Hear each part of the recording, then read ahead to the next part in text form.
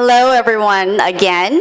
I'm going to give everyone a 2-minute warning, and then we would ask that everybody find your seats, and we'd like to start again in the next 2 to 3 minutes. Thanks, everyone.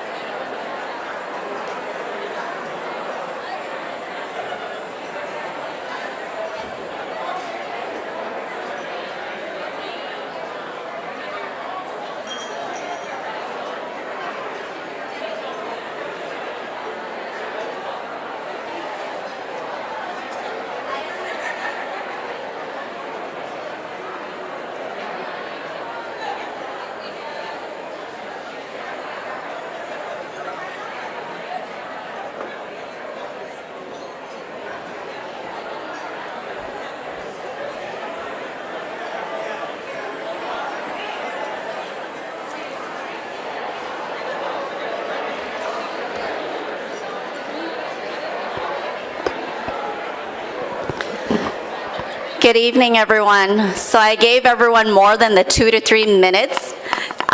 So if everyone could please find your seats, we will get the program started. This is such an easy crowd. Thanks, everyone.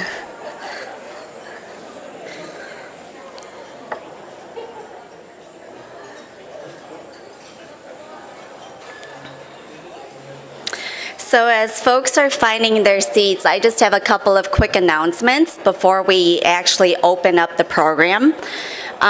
Tonight's event will be live streamed. The event will also be recorded. So if you all could please stay present with us and refrain from taking your own photos and hosting your own live stream, that would be appreciated. Also, again, we have a silent auction happening in the back. And we also have the Hmong and Wisconsin books for sale. Proceeds from both the silent auction and the book purchases will support the Hmong Institute's youth programs. So please, throughout the evening, please go check out the silent auction tables as well as the books. Good evening. NKAAJ. NKAAJ. Thank you, everyone.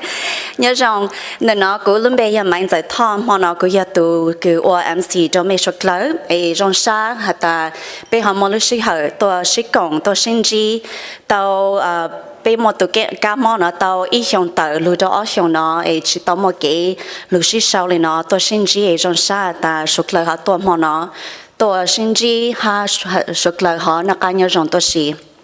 Good evening, everyone. Mainza Tao is your MC tonight. It's such an honor to be here with everyone. And it's also just so good to see community come together after about 2 years of not being able to gather together to celebrate. And so very good to see everyone here safe and healthy. Thank you all for being here tonight. Mono của thọ hơi zu bây giờ cho nó cho cái đi nên trang phong yêu sốt lỡ. And we welcome also all of our community leaders, our elected officials, and all of our friends throughout the state, because we don't just have our Madison folks here, we also have folks from central Wisconsin, the Milwaukee area, the La Crosse area, and I'm sure other regions of the state. Welcome again. We welcome you to the Hmong Institute's 45th year of Hmong Diaspora Banquet. Last year, 2020, marked the 45-year anniversary of the Hmong leaving Laos and coming here to the United States. And as many of you know, the Hmong in Laos supported the CIA during the U.S. involvement in the Vietnam War. In 1975, Saigon fell after the United States withdrew their troops. The communists took over the Laotian government and campaigned to wipe out the Hmong who supported the United States. This genocide against the Hmong people began after General Vap Bo, or in more Americanized terms, General Vang Pao, was airlifted out of Long Giang, Laos, by the CIA on May 14, 1975. Tens and thousands of Hmong in Laos fled by foot to the Mekong River to seek refuge in Thailand. As refugees in Thailand, the Hmong waited for resettlement opportunities in America and elsewhere. Due to COVID-19, this banquet cannot be held last year. And so tonight, we celebrate 45 years of the Hmong diaspora following the Vietnam War. Tonight's banquet honors our unsung Hmong veteran heroes, our parents, grandparents, and elders who made great sacrifices to get all of us to this country.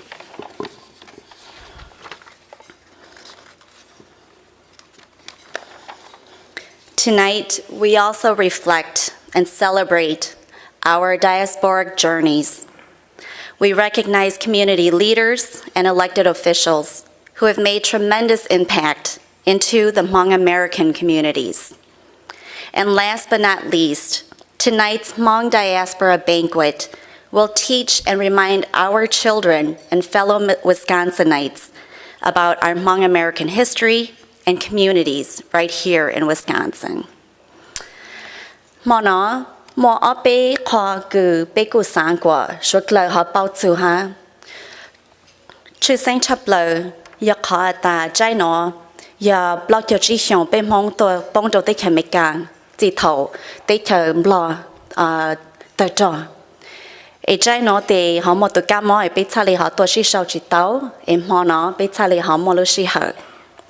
Mo no lu ha pa te yin yo sangwa, pe to dù dù hạt ta bên mong tôi nhớ cho tới khi mình cả nào tập lót cho trí lưu sống bên tôi một lấy chăng lợ chỉ ta là họ mong nó bên sáng hỏi dù bên cho cố tu trò mong bên cho bên nã bên gì bên cho có lâu tôi xí ấy xí lu lan lý chữ gì cho bên tôi dù cho tới khi mình cả nó chỉ ta là họ bên sáng của mong nó giờ em họ ấy khá cho bên cho mình nhỏ rồi cho giàu cho lúa ha bây giờ phong yêu cử chỉ mong của bọn yêu chúa ta bên mong lúc kinh cử nhớ rồi tới khi mình cả nhớ trong lịch cha ha của bọn yêu chúa ta bên mong nhớ rồi Wisconsin sinh Wisconsin nó bên một trong lịch cha ha bên một số một lịch cha nơi nó mong của sáng chờ mai rong vu cử ya the board president of Hmong Institute lu hai ở bên lu and without further ado I would like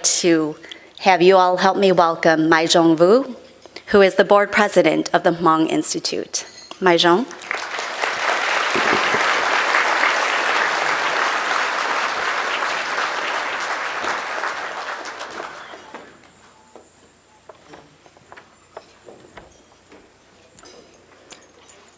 I want to take my mask off so you can see my smile, right?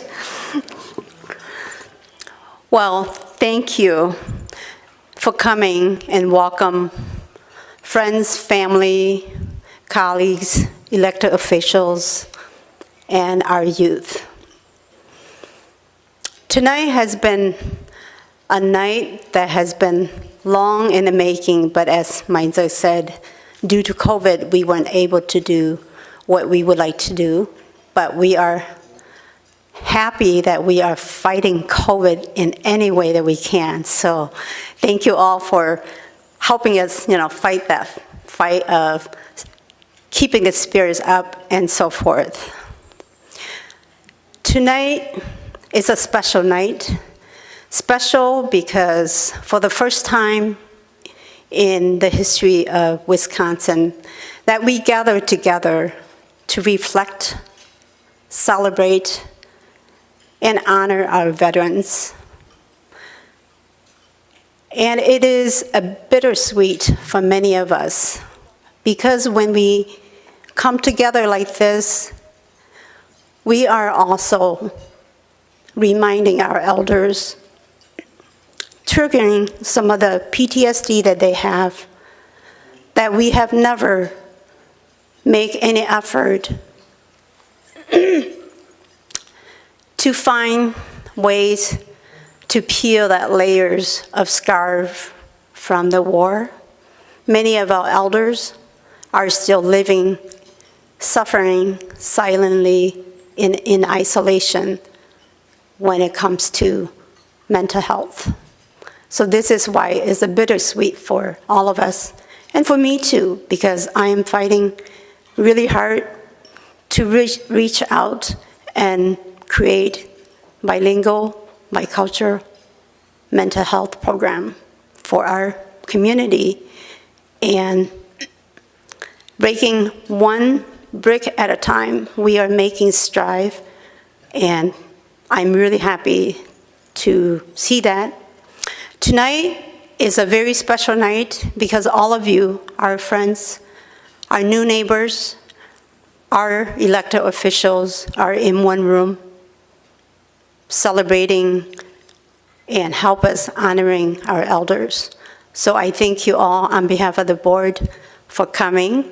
And as you probably heard from Mainzo, we're going to switch gear back and forth. So this is a chance for all of you who are not Hmong that really want to learn your language, you can learn from Isa tonight because she's going to, speak both Hmong and English constantly. So this is your free lesson tonight. Nhớ rằng ý trong này chỉ cái tiếng này sẽ đời ya, trong xưa này sẽ đời tôi còn bé, mà nói ý mà chữ sinh, mà nói ý mà trong xưa chấp lời, và tàu bao giờ chỉ lưu xong chỉ li thầu bé bông tới thở, bé chỉ tới chơi thở tôi nâng thân nè, bé chỉ tới chơi thở tôi luôn nâng chia, bé tàu là một giờ ok, giờ cho, sáng cho bé tới kế và mình sáng cho bé tới kế cho nhẹ. Sinh cho bé tế kế xí lưu xí chua để ổn định sẽ được cho mà nó này tôi cũng bé mà nó bé chỉ mua là chỉ đầu này bé cho mua là đồ hộp quá ổn định sẽ được cho thì dòng xe này sẽ được tua mua là chỉ là họ mà chỉ thành gì ở trong này sẽ được tua nè.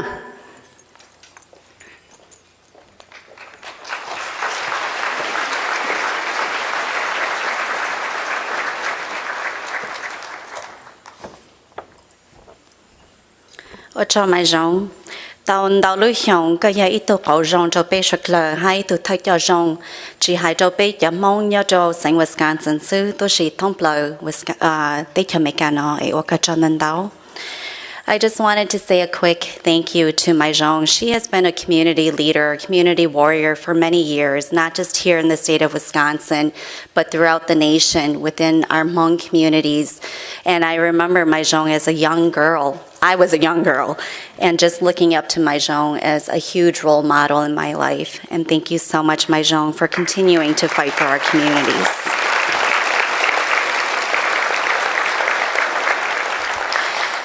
And so, unfortunately, tonight, Governor Tony Evers was unable to join us. However, he did send some remarks over video. If you all would help turn your attention to the screens, we will show Governor Evers' remarks.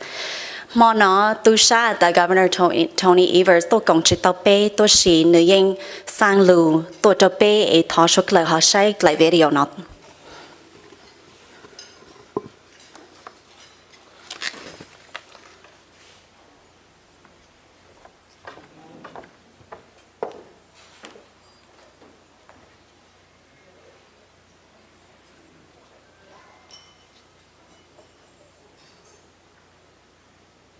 Hello, Wisconsin Governor Tony Evers, and it's an honor to join you for this.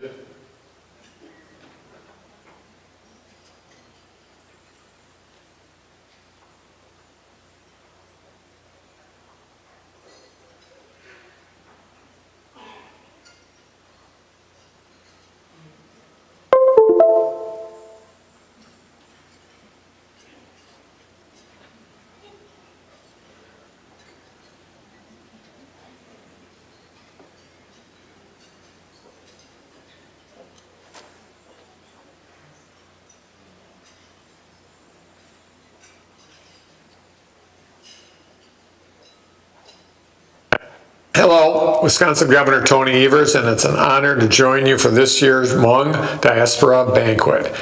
As it was the case with so many events last year, the COVID-19 pandemic put this gathering on hold. So while 2020 officially marked the 45th anniversary of the Hmong Diaspora, today we recognize and reflect on the significance of this event that forever changed our collective history. When hostility, violence, and genocide forced Hmong soldiers and their families who courageously supported and fought alongside U.S. troops to flee their homes and seek safety and resettlement opportunities in America and elsewhere, including here in Wisconsin, where many were resettled and began their lives again, raising families and starting businesses, all while staying connected to their communities and culture. The state of Wisconsin is incredibly proud of our shared past of the Hmong community and is committed to preserving Hmong history and traditions so that the culture of the community can be celebrated, expressed, and experienced for years to come. That's why Wisconsin is glad to celebrate Hmong Heritage Month each year. And it's why, as governor, I signed 2021 Wisconsin Act 31 to officially designate May 14th as Hmong Lao Veterans Day, to honor the service and sacrifices of our Hmong Lao veterans and to encourage Wisconsinites to learn about their historic contributions during the Vietnam War. The Hmong community has had a profound impact on the state of Wisconsin over the last 45 years, and I'm glad that organizations like the Hmong Institute continue to do important work preserving and promoting Hmong heritage and ensuring prosperity for future generations, including with great events like this. So with that, I'm honored to help support the efforts of the Hmong Institute and to welcome you to the 45th year of the Hmong Diaspora Banquet. I hope you find joy in being surrounded by community today, and we honor the past and celebrate the future. Thank you.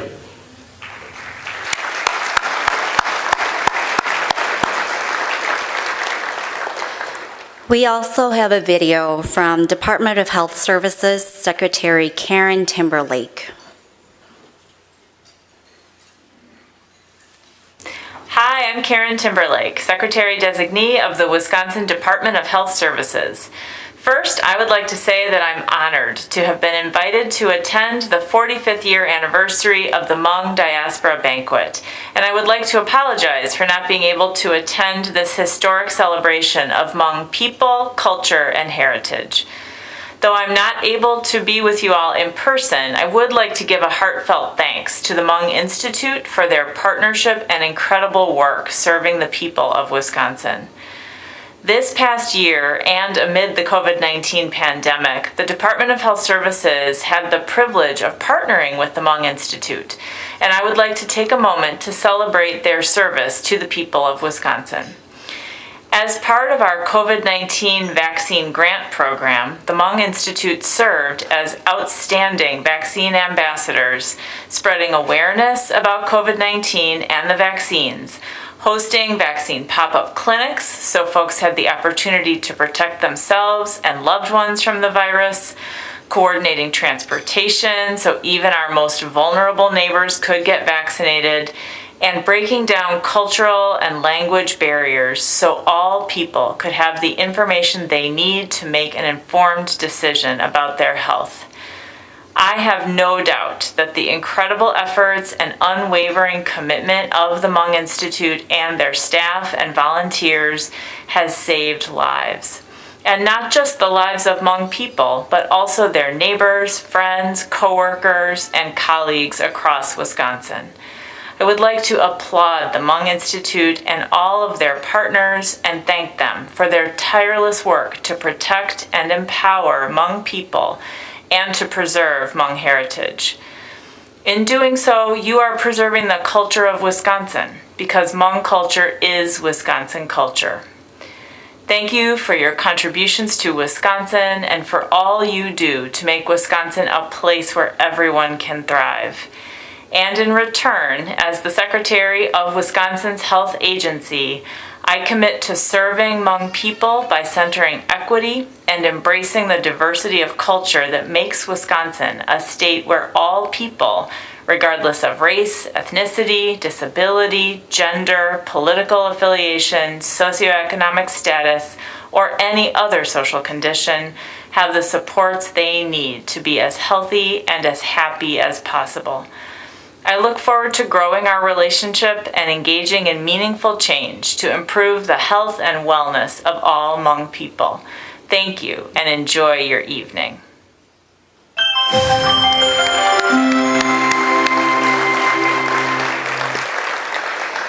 Thank you so much, Ochao, to Governor Evers, Hato Secretary Karen Timberlake. Nanamong Gusan Giao Madison to Mayor, Guya Mayor Satya Rhodes Conway, Ludo Shao Shatiano, Luhai Opelu. Please help me welcome the Mayor of Madison, Mayor Satya Rhodes Conway, who also knows how to speak Hmong.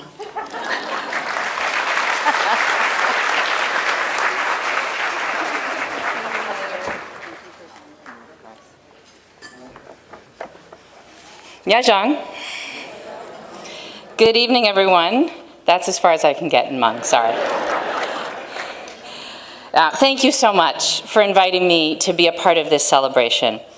On behalf of the City of Madison, I would like to welcome everyone who is joining us from out of town today. I'm so happy to be part of honoring and celebrating the 45th anniversary of the Hmong Diaspora. and of celebrating 46 years of making Madison and Wisconsin a richer and more interesting place to live. I'm very glad that we are able to be here in person. Thank you for getting vaccinated. Thank you for wearing masks when you should, and for washing your hands often. I want to acknowledge how hard the COVID-19 pandemic has been, particularly for the Hmong community. In addition to the threats to your health, you faced increased stress and danger due to isolation, discrimination, and hate crimes. And for that, I am deeply sorry. Madison has the honor of being home to one of Wisconsin's largest Hmong populations, and we benefit from that diversity and the culture that the Hmong community brings to our city every day. I am proud that the city government works with our Hmong community to advance our common goals, and I look forward to continuing and growing our opportunities to partner with, support, and celebrate the Hmong community here in Madison. I know we have a number of visiting elected officials joining us from around the region, and I'd like to invite any and all elected officials to please join me on the stage right now. And while yes, that's you. If you were elected to an office, please join me. And while they're making their way up, I want to call your attention to a proclamation from the state of Wisconsin and Governor Tony Evers. I'll just read it while folks are joining me. This is a commendation by the state of Wisconsin. Whereas the year 2020 marks 45 years of the Hmong diaspora since fighting courageously alongside American soldiers in the Vietnam War. And whereas May 14, 1975 marked when thousands of Hmong fled Laos on foot, hiding in the jungle and crossing the Mekong River into Thailand as political refugees. And whereas Wisconsin has become home to the third largest Hmong community in America, bringing with them 5,000 years of rich tradition and culture which they have shared with the people of Wisconsin. And whereas on October 2nd, 2021, the Hmong Institute will reflect and celebrate diaspora stories and recognize Hmong and non-Hmong elected and community leaders who made great impacts on Hmong integration. And whereas on October 2nd, 2021, the Hmong Institute will celebrate 45 years of the Hmong diaspora in Wisconsin by honoring Hmong veterans, elders, and families who made great sacrifices. And therefore, be it resolved by the Wisconsin State Legislature on behalf of the state of Wisconsin to express their sincere appreciation for the Hmong diaspora and celebrate their resilience and contributions to the state of Wisconsin. And it's signed by Tony Evers, Gordon Hintz, and Jimmy Anderson. Now, I'm not sure that I have everybody's names on my piece of paper, so I'm going to try, and then you're going to have to just shout out and I'll repeat, okay? So I know we have Representative Evan Goyke here, Representative Samba Balde, Representative Francesca Hong, Representative Jody Emerson, Congressman Glenn Grothman, State Treasurer Sarah Godlewski, Mayor of Sheboygan Ryan Sorensen, Madison Alders Charles Miadze and Brian Benford, Brown Deer Village Board Member Emily Segrist, Dane County Sheriff Calvin Barrett, and who have I missed? Anyone? Oh, and Madison Alder Jael Curry is here as well. Thank you all so much for joining us here, and thank you all for inviting us tonight.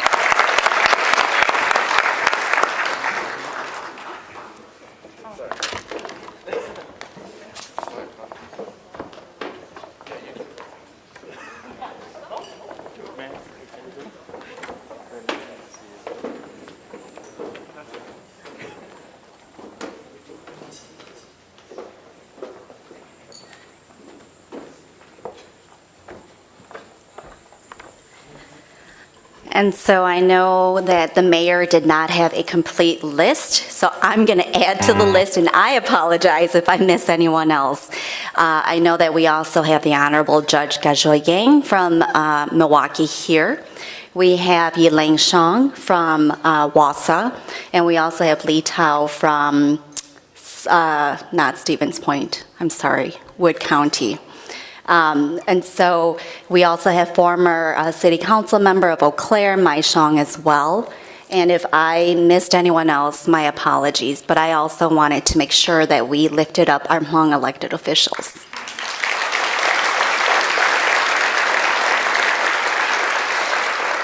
And with that, thank you all so much to our state and local leaders for your leadership, continued commitment to ensure that all of our communities are represented, receive resources, are welcomed, and included throughout the state. Now, if you all would help me welcome Tsa Ping Ho, CEO of the Hmong Institute. Tsa Ping Ho, the CEO of the Hmong Institute.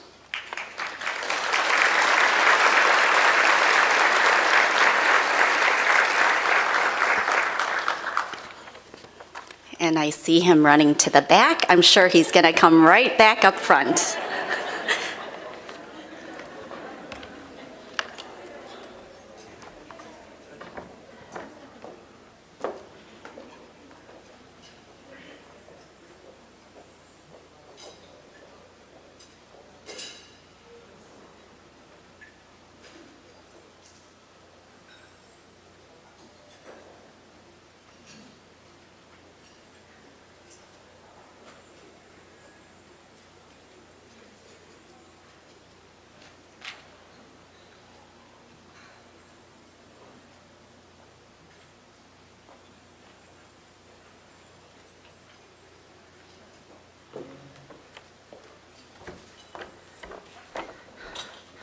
Thank you, Manza. Welcome, everyone. So my name is Peng Kerr, and I'm the CEO for the Hmong Institute. I hope you're all enjoying your evening. We're very pleased today to host the Hmong Diaspora Banquet as we honor our veterans and our parents, reflect on the past, and celebrate our future. The Hmong Institute's mission is empowering communities through educating, preserving, and promoting the Hmong heritage. Our vision is to be the prominent leader in Hmong heritage. And our motto is preserving and promoting Hmong heritage for the future. I just want to thank everyone for coming in tonight. As the CEO for the Hmong Institute, I would like to thank all of our funders, first of all, and we'll do more of that later on. But at the same time, I want to express my sincere gratitude for all of you who came. 2020 marks the 45th year of the Hmong Diaspora. 45 years ago, many of you lost your homeland, but gained a new country. 45 years ago, you started over. Tonight's event gives the Hmong community an opportunity to stop, take a deep breath, and look at how far we've come. For the past 45 years, we've been working hard to survive, to give our children an opportunity to go to school, and to make sure we keep our heritage alive. You worked hard, working for minimum wage. You picked cucumbers in Appleton. You harvested ginseng in Wausau, and you sold vegetables at the Dane County Farmers Market. Failure was not an option for us. So tonight, take a deep breath and enjoy the fruits of your labor.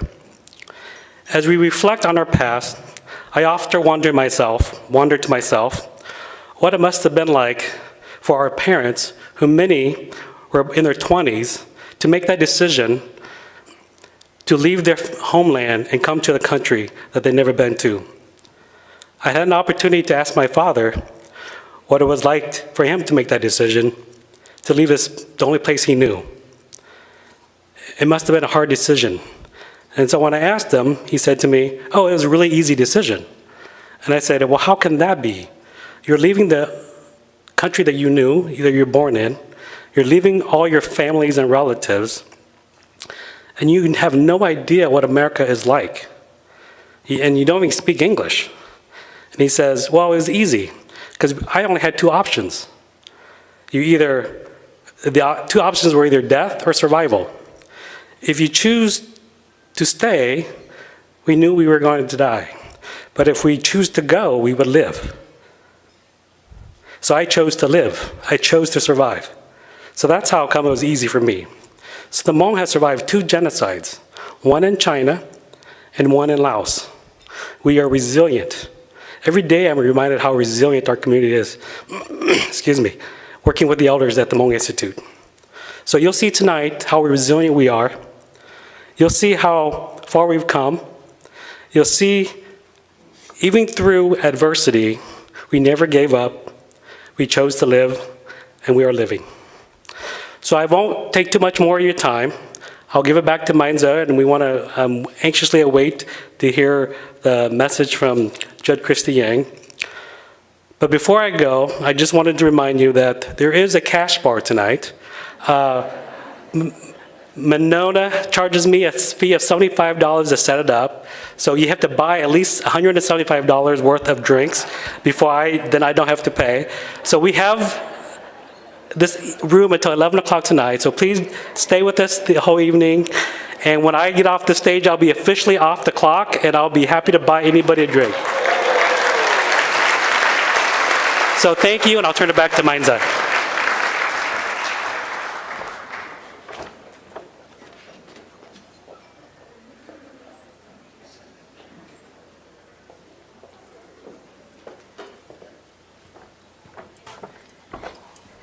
I am getting my steps in tonight, all in my heels.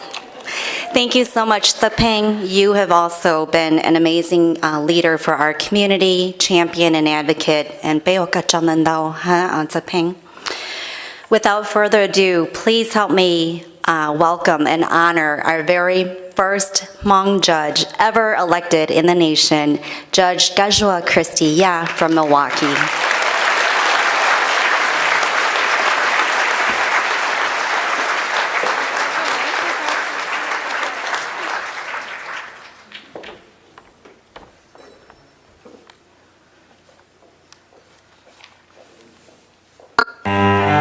These were my first English words. My family came from a refugee camp in Thailand when I was 6. Pepsi was the sweetest taste we children had ever experienced. Hardships, hard work, education, family, and faith have all been unifiers in my life. Today, I am a successful, experienced attorney, and I'm running for judge on the Milwaukee County Circuit Court. Freedom cannot triumph without justice for all.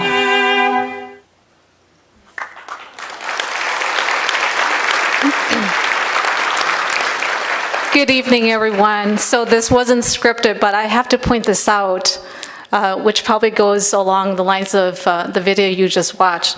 But when Mayor Rhodes Conway asked for elected officials to come to the stage and join her, I went up there. I probably had no business being up there. Because I came back to Theo and asked Mai-Jean, was I the only Hmong elected official up there? And she nodded yes. And so that's the start of my career into judgeship. I just showed up, and here I am. But it does take all of us to show up. And so thank you for coming here tonight. And in life, as we all know, as adults, we are responsible for what we say, but we are not responsible for others' interpretation. And so that was my interpretation, Mayor Conway. Yeah, and here I am. So thank you for having me join all of you on stage. But first, before I start my speech, it's so important for me to recognize particular individuals, but two tonight, who have made such an impact on my life. One in particular, since I was a little girl, and he probably knows more about me than anyone else in the room tonight, absent my parents or siblings. But Sivu, I want to congratulate you on your retirement. You are the heart and soul of Sheboygan, but you are also the heart and soul of Wisconsin. Sivu is a part of history. He is not ancient history, just to be clear. But his radio broadcasts over the years have been instrumental. That was how my family and I received news. And sadly enough, that was how my family and I received news of the passing of a very close family member. I still recall sitting in the living room listening to him on the radio. And so that was instrumental. And I'll talk a little bit more about how cohesive the Hmong community is. And Sivu, you are one of that. You're part of the glue. And so I thank you for your service. I thank you for your love. And congratulations on your retirement. I'm very sad to see that your store is up for sale. Anybody wants to talk to Sylvia about that transaction? But thank you so much to you and your family. And then secondly, to Tai Vu. I was just mentioning to Tai that it actually had been many years since I saw him. But he's also made many contributions to the Hmong community. And unless if you're in the Hmong community getting your hands dirty, you might not know these two individuals, but they really are the heart and soul of what happens in the Hmong community. So thank you both for your service. All right, to start us off, nhớ rong cho leng cho tu, gu tho bao hư trao cho nè cho gì, cho lo cho giàu, thế cho thơ cho. Thọ wo trao trong Hmong Institute, ấy to cho gu to halum, mono. Gu rong xia tia pe to shi shao khuo cho Hmong Institute. Lu jo thế bình sử, lo cho pe cho mình Hmong, ti lo cầu lu Hmong thế cầu cho Hmong lu neng. Lu bình sử no, tờ lo nó cho cái lu thế cho cái mo xia. Chua tu tế giàu mua cho cái lu, ta chỉ chua tu chỉ mua xía giàu, lo yếm mua bình sự giàu, lo uom bảo li Hmong Institute. Do lên đó thọ bé bỏ ít tu neng, lo ít bỏ, ít bờ, em mua bình sự lo uo tế họ lử nọ, bé yếu chủ tố công tế, chẳng gà lỡ thía, uo trong đầu trong Hmong Institute. Slow applause. Dì mù của yếu hai lưu ăn kì, nó thọ cho dì cho của thía. Good evening, family and friends. It is with great pleasure and enthusiasm that I address you tonight in celebration of the accomplishments of the Hmong Institute and of the Hmong community. I understand I am the only one standing between you and dinner, so I will try to make my remarks as quickly as possible. It would be safe to say that if you are here tonight, you have some knowledge of the Hmong diaspora. You are probably aware of the fact that Hmong people immigrated to the United States some 46 years ago, that Wisconsin is home to the third largest concentration of Hmong, and that the Hmong voters make up the largest Asian vote in Wisconsin, or that the Hmong community continues to achieve many first milestones, such as Suni Lee being the first Hmong American to win gold in gymnastics for the United States at the Olympics.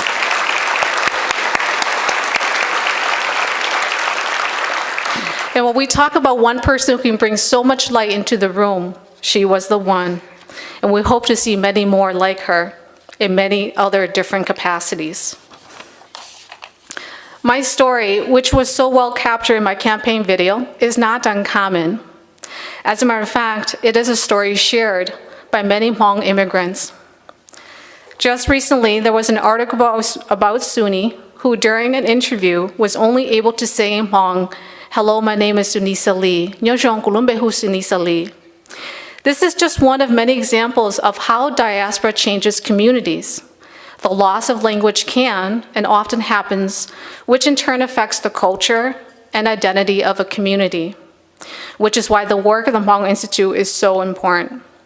And the communities that receive the influx of new residents are also changed. According to the American Immigration Council, in 2018 in Wisconsin, immigrant-led households paid $1.7 billion in federal taxes and over $960 million in state and local taxes. Now imagine the impact this would have in our communities, from the roads we travel every day to work, to the schools we send our children to, or to the courtrooms we step foot in seeking justice. While there are notable achievements, it is also worth noting the challenges the community must overcome. There are many faces to the diaspora narrative, and my story is just one of many. The triumphs and challenges of Hmong immigrants after the Vietnam War and their subsequent arrival to the United States parallel experiences of Irish immigrants, Chinese immigrants, and German immigrants, as well as many other immigrant groups. My family and I immigrated to the United States when I was about 6 years old. We arrived with nothing more than the clothes on our backs. At that young age, I didn't know we were poor or that we were vulnerable. As long as I had my parents and siblings, I felt safe, and I felt that my needs were met, whether that was true or not. That was my perception, and most certainly my reality. Another experience shared by many immigrants, in particular Hmong immigrants, is educational attainment and achievement. Because education was only possible for the rich or well-resourced families in Laos, educational attainment, but especially educational achievement, was and still is a description of class and status. So one would think that Hmong families would be elated to learn that in the United States, public education is available for all children. And more than that, education is compulsory. However, though, a challenge to Hmong families fully benefiting from public education is that there are rent to pay, tax to pay, and food to buy. Families in Thailand and Laos often did not have to pay rent or pay property tax on the land they built their homes on. As for food, as most of you may already know, Hmong for generations were subsistence farmers in countries where it is possible to farm year-round. The resulting issue from this example is that the parent or parents must work outside the home to provide for the family, which affected the way children were raised and the lack of or absence of parental figures. And I can say that as a circuit court judge, and most recently in a children's court assignment, that society suffers most when we have broken homes, including families with absent parents or parental figures. I still remember how happy and proud I was for my father when I learned that he was hired as a factory worker in Sheboygan, earning $4.25 per hour. And that was to feed a family of 11. This was the earliest memory I have of how it felt to be assimilated. I thought, now my dad is just like my classmate's dad. He is working. I was becoming American. We were becoming American, and I was so proud of that. Then my mom got a job, and I was also very proud of her. One parent worked first shift while the other worked second. This continued for many years. Fortunately, my father instilled in all of us, all of his 11 children, the importance of education. As a result, we focused on our education. In our parents' absence, that focus became our guiding light to stay in the straight and narrow. My parents believe, as so do I, that education is the best tool to address poverty. Other Hmong children were not as fortunate, and we continue to see the generational effects of that, especially me now in my role as circuit court judge. According to a report done in 2015 by the University of Wisconsin Extension, nearly 1 in 5 Hmong persons remain below the poverty level in 2010. Although this figure is outdated, I surmise that it remains true that a significant number of Hmong remain below the poverty level. Now, if you couple that with the fact that we've only been here 46 years, perhaps it is digestible, but nonetheless, it is unacceptable. There is no recipe for success, and I can assure you that I did not follow a recipe for my success. But I can tell you what the contributing factors were. First, as I stated, it was my parents instilling in me the belief that education was the best way to address poverty and vulnerability. Secondly, it was the communities I lived in. The various communities that I lived in included events that were put on by local Hmong associations or groups that provided me with opportunities to connect and remain connected with my roots. And these included Hmong New Year's, Hmong tournaments, but these were opportunities for me to identify myself as Hmong American. It provided me a space for me to process my experiences with like-minded individuals relative to growing up in an American society and struggling with the teen experience of acceptance and identity. Then there was a greater community that provided me with mentors and many opportunities to learn the skills necessary for my success in school and in the workforce. My mentors included teachers and managers, individuals who, out of the kindness of their hearts, spent the time to get to know me, to understand my needs, to understand my deficits, and how they could help me bridge those gaps. They directed me to programs and opportunities I did not know existed. As they say, you only know what you know, and when you don't know much, you cannot devise a plan to achieve your goals. My mentors helped me put pieces of my plans together to get where I am today. Goals without a plan is just a wish, and I knew, even as a young child, that I wanted to do more than just wish, and mentors helped me to do that. Many of us in the rooms tonight, we want to do more than just wish. We are never too old or too young to have mentors. At the heart of mentorship is networking. A robust network is like a robust plan to achieve your goals. Each of us tonight know of someone who can be of help to someone else. It is just a matter of connecting the one who is in need to the one who has the resource. When we do this, it strengthens our community. The power of networking was behind my successful judicial campaign. Take, for example, the cohesiveness of the Hmong community.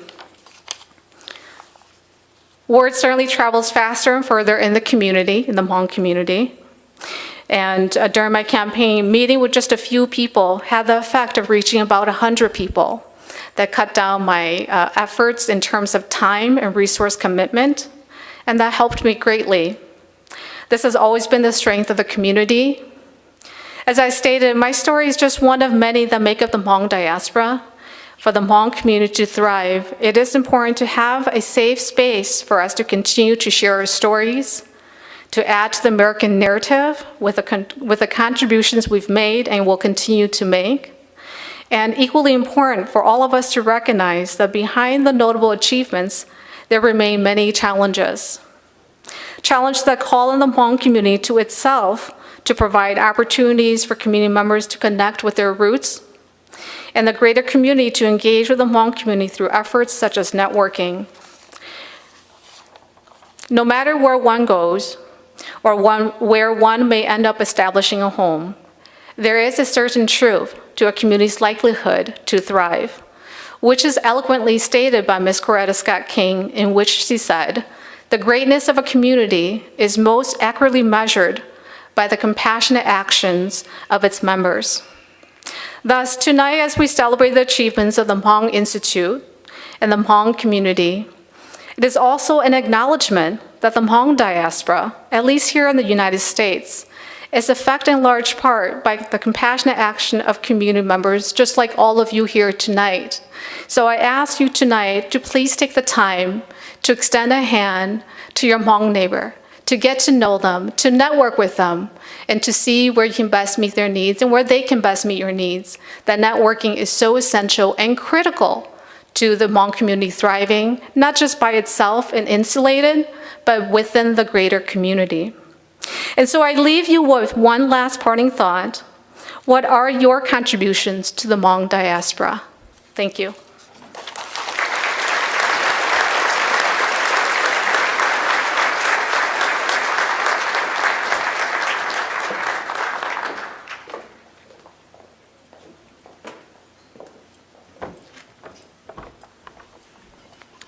Chào đầu Judge Gajua Christie ya, tôi cho họ chỉ tàu bao nhiêu Gajua ya bị thật thơ tụ mong nhớ đầu tích hàm cả, ấy tàu sai trang lụa ý từ Judge nhớ đầu Milwaukee nó, tôi xin này thật thơ tụ mong mấy cả nhớ đầu tích hàm nó, tàu sai trang lụa Judge, ấy ở cái chân đầu Gajua.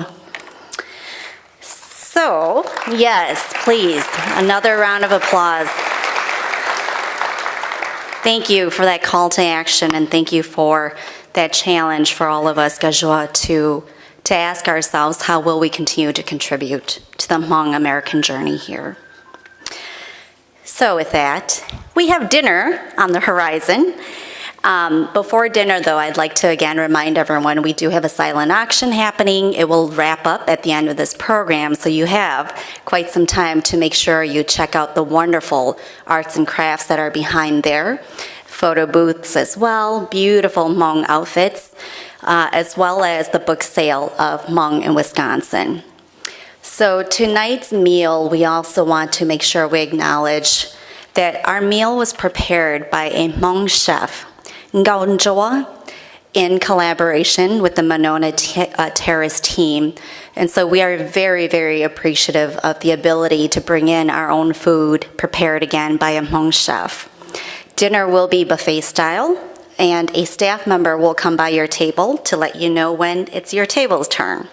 In the meantime, we will also have performances, so I and others will be back and forth on stage, but please enjoy your meal, again, prepared by one of our own Hmong chefs and the Monona Terrace team.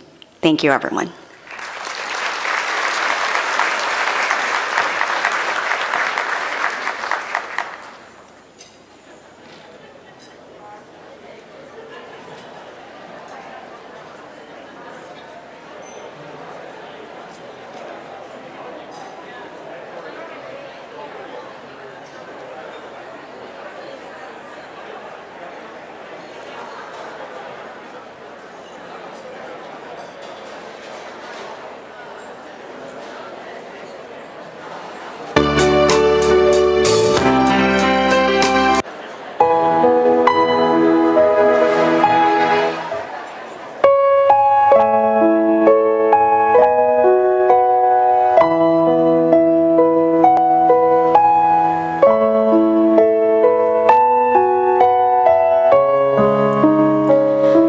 we know everyone must be hungry. Again, if everyone could please wait for a Monona Terrace staff to come to your tables to let you know when it's your turn. Excuse me. In the meantime, don't forget we have cocktails that will help Peng so that he does not have to take care of the cash bar bill. Thank you.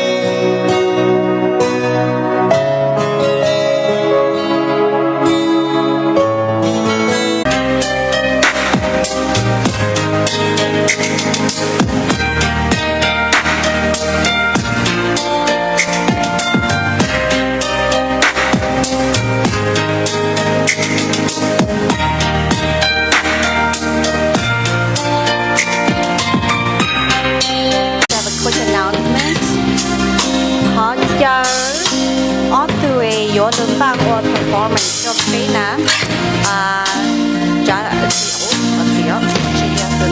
và cha ha mấy sự nhà mấy bang cao rồi nè họ mấy tôi đôi sầu sạch cái nó và cha chống ha mấy sự hơn.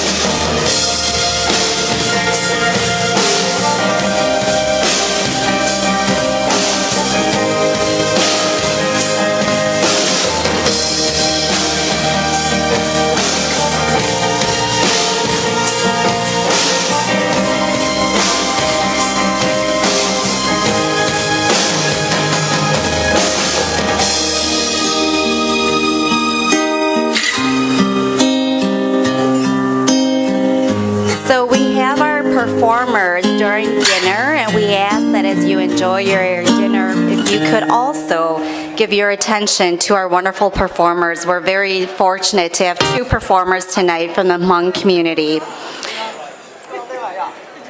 And they're debating on who's going first. Okay. So our first performer will be performing several traditional Hmong instruments.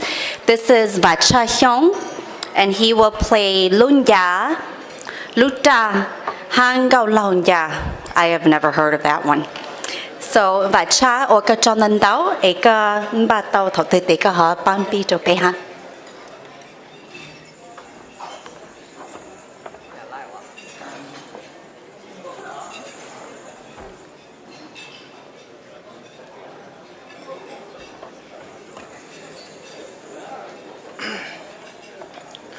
OK 我找呢，我要向我查我家 Madison 的呢，从先到那古顿基内了，也能几股我那时的找那老干老牛顿他们让的个这朋友呢，我那时的找我的那我要。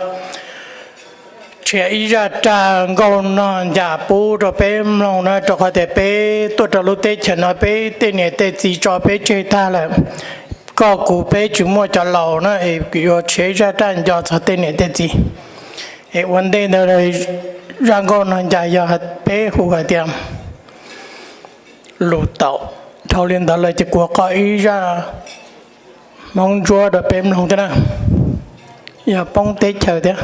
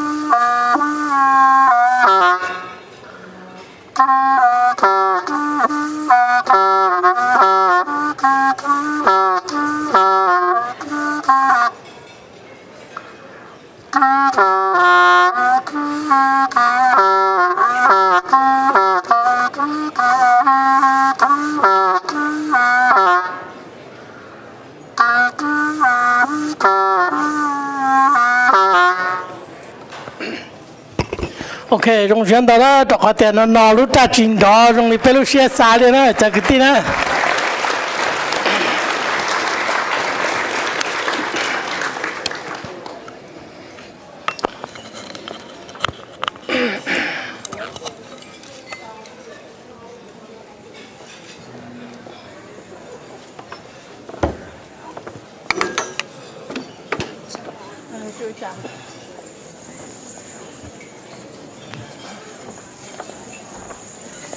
我叫做现在的陈雄，ขอตาก็ตัวเอกก็ตัว我被蒙根据，只要做背书都是做背一朋友没干哈，我个叫做么喏，个是个老师好，ตัวกง背ตัว班车背路中工程喏哈，那喏蒙古山叫Mason Mason ก็รู้จนเนอสัตย์เทียเนาะ Next, we have Mason Her, who is a young but very talented Hmong performer, and he will be playing our traditional Hmong Peng.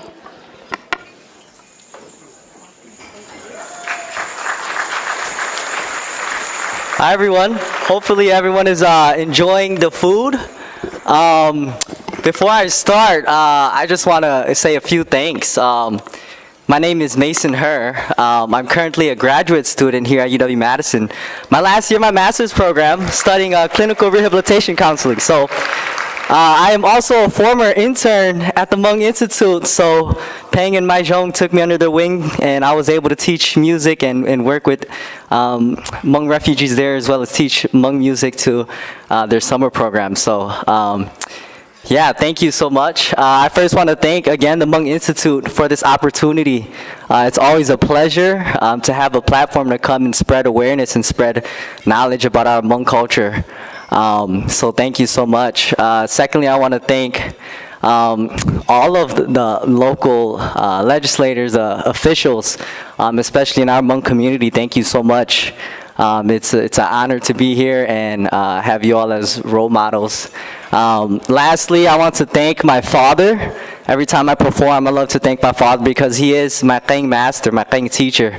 He is the one. Without him, I wouldn't be here, be able to use music as a way to navigate my experiences as a Hmong American male. So thanks to my father at home and my mother. This outfit I'm wearing, I did not select. Yeah, my mom did help me dress up today, so thanks to my mom as well. The song that I'll be playing is a song that my dad, with his creativity, wrote this song and passed it down to me. So it's a song speaking and explaining our displacement as Hmong refugees from country to country and our transnational journey, as well as acknowledging our lost loved ones and who have paved the pathway to come to the United States here. So I'll sing the song as well as do a little dance with you all, and hopefully I can come up in front and walk and so you all can see how I play the instrument. So please bear with me. Nhớ rằng cho trong nát trong xứ trong phong trời yêu sốc lờ, cú luôn bây giờ mấy sinh sáng mong hơn, cú giỏi từ tu cứ cần đợi cho tì, trẻ cần đợi UW Madison, cú cờ xong thi ở chỗ của master's program cho clinical rehabilitation counseling nu nó cú yo lu trôi ra kênh cho bé tàu ok thâu ok trong sáng cái cỡ cho bé ông đây chấp là cú sang lu cho lu công học Hmong Institute cứ mua lu sĩ hà lu cha lu nhung cho cú lu cho ha client gì kênh cho bé tàu ok cỡ cái thâu ha lu khăn chùa tại bên Hmong tê cá lịch cái trái Hmong tụt tụt kỳ trong này cha tê tổng đây nó cú sáng hao cho nó cho chữ ạ cho cứ cho nó cho ô trâu cho mẹ số lên cho tụ cơ mẹ ôi tụ cáo rong cho bé cho cần tuôn xài lộ bé cho lộ là bé cho vạn chú mẹ cả mẹ lụt thơ bé ha chỉ ta là họ cú thọ họ cho cú chữ ya tụ cơ xí phước kênh cứ khác kênh cho cú thọ cú ya yaแต่chúng mình cúยังchỉ bao lụt tuổi bé cho mong các lấy cái trái ha bé cho mong tết su tết kia nào đó họ cho cú chữ ha cú nã cứ ya tụi cứ ban sau của ha, giờ tụi cứ ban chặt cho cô làm mong cho cô nã ha, để trong xa ha, ở cho cô nã ha có thứ để, lúc nào cứ vô lúc trôi ra kênh cứ chỉ té chỉ chơi nữa, giờ ra kênh cứ cô cởi luôn được cô thứ, giờ lúc ban tụi bên lúc mong kênh cửa bên mong lúc nền kế cho nhẹ, kế ở cho ha lúc nắp lúc nhiều số tê này phong tê nọ chứ, tê tu cho ha, tê nã tê thứ tê cứ tê tì tê nền tê trang cứ tao cho biết trẻ biết sao lụt tết cho mấy cái nó ông đây cú có chỗ để cú bá ra kênh cú có bá ra kênh để ông đây cú mà chua ha cú mà lấy kha in thì kênh cho biết sách. Hello. So bear with me. This is interestingly enough, there is not a microphone that can adapt to this instrument. So my dad taught me how to make a little invention of my own. So it's a tissue box. And I put this Cavalier microphone in the back here. So give me a moment to set it up, and then I'll sing the song, and then I'll play for us. So bear with me, all right?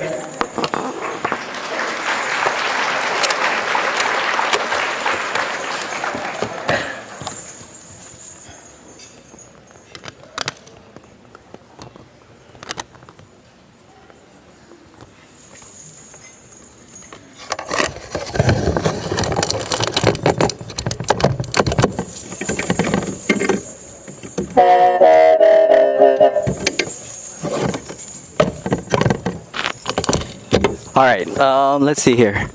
Sorry, back there, I'm gonna be going back and forth. So I'll go ahead and sing the song for us that my dad wrote. This is how it goes. Tô nụ cánh nông cô chẳng lo tu thâu la vị lê chẳng lo bê mong bù la mong cô yơ la chư mô tê la chư mô chơ la yo lu ya la y số tử la số cô lao la yo lu cháu la yo mong tô la bê mong bù la mong cô yơ la sơ tơ tê la tô tơ chơ la bê mong bù la mong cô yơ la sơ cô yê la yong đỏ căng la sơ cô yê la yong đỏ kê la bê mong bù la mong cô yơ la la cô la tu kli la tu kli la yo mo tu la tỏ tô trái la trong tô na la yo lu chê la y thanh ninh la cho thanh trăng tu xóa trò la yo lu chê la y lên cứ la cho lên ti la y lên na lên chữ chú tổ cha la bê mong bù la mong cô yơ la yo mong chú la y mang clue tê shok lo la shi gong de la shi gong che la inu lo pe mong pu la mong ko ye la shen ko ye la chi mo de la chi mo che chi mo che. Okay.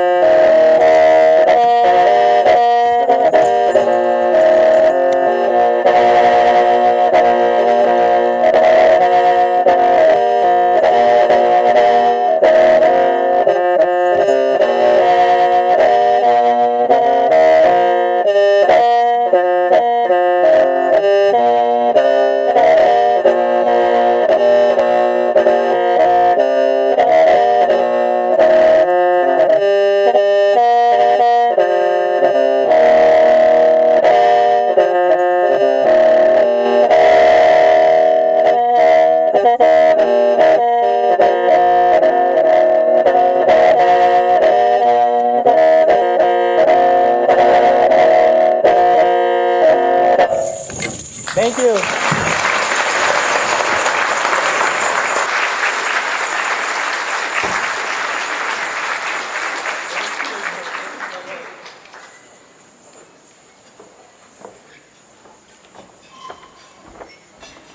Thank you so very much, Mason. 我个叫 Mason 个呀一度都落了有一度那个莫平时的大，只要大个整包龙蒙斯都是个整包被蒙嘞跟个嗨我个叫。I just need to say this. Mason, I don't know if you're single or not, but any young single folks out there, what a talented young man who is also so educated. Thank you, Mason. I'm also reminded of some of the remarks, Judge Gajwa, that you made about when there is diaspora, right? We lose, our peoples lose our culture, our language, our history. And Mason, it fills my heart to know that we still have folks like you, young folks especially, who have grown up here in this country. And you have not only retained our language, but our culture, our history, our arts as well, and that you are continuing to better your own life by furthering your education so that you can come back and help all of our communities. Thank you, Mason.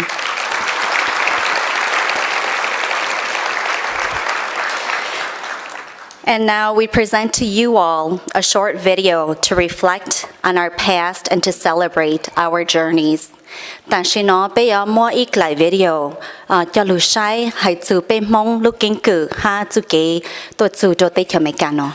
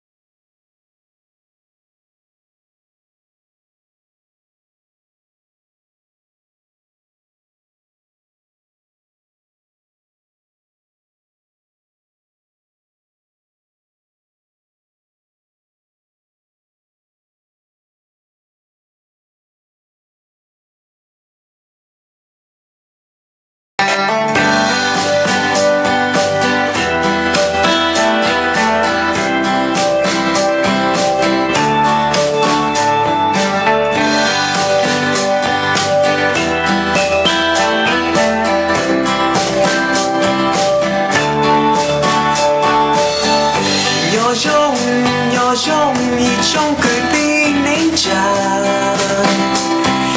trong lót gió này nhỏ lý cha trong xia bê tô tỏ tua xin gì mua sự mong hơn đó nấy ta nấy buồn nó ha nấy buồn nhỏ trông cho tình đây nữ cháy cũng gió kia lo cháy nhỏ ít nữa ok đây này ta muốn cháy muốn đợi muốn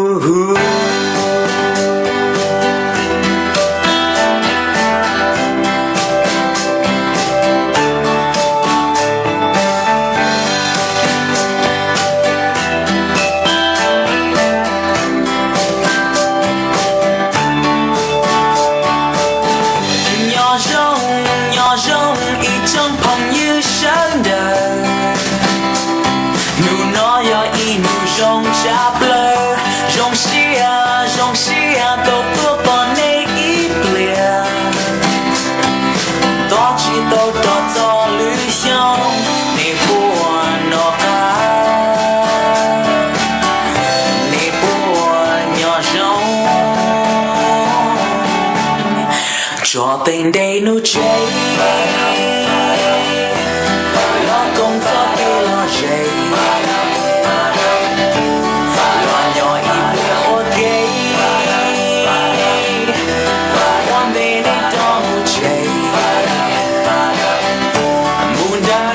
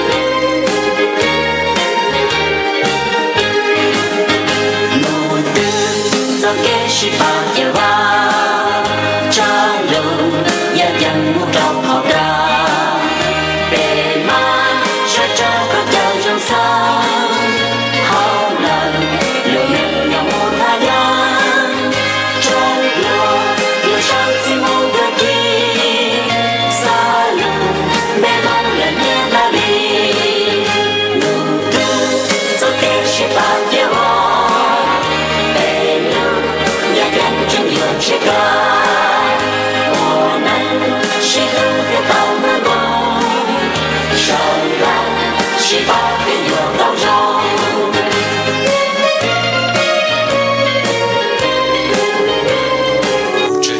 cho lũ chơi mong nhau sâu trùng lũ chơi so xiong vòng lòng nhau bùa hà rồng bao giờ lâu lâu rồi chân đơn đủ chú nia sợ hoa trái thâu chỉ tàu ca nụ xa cho mà cha yêu rong xia u lô giờ yo thong đỡ yêu nhau cho nhện rùa bê ô xin lớn tiền đơn xí lũ xuống tiền xa cho mà ô trâu cú cô muôn tư kia yo tiền mua ý nô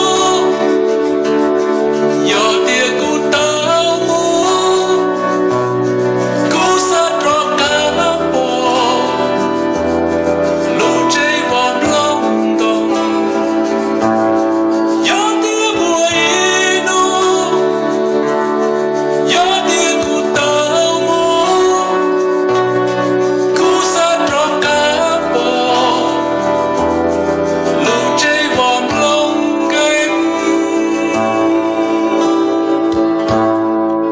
trên gió gió thông lòng xiong lòng đầu rèn gió gió thâu cú gió blo hậu trên xanh nhện chỉ mua phải pha chỉ mua na ba ba ta để thiệt sự chỉ mua để cô đa thâu lo na cha rong trâu rô lô về cứ ít ra chân công tơ ra cô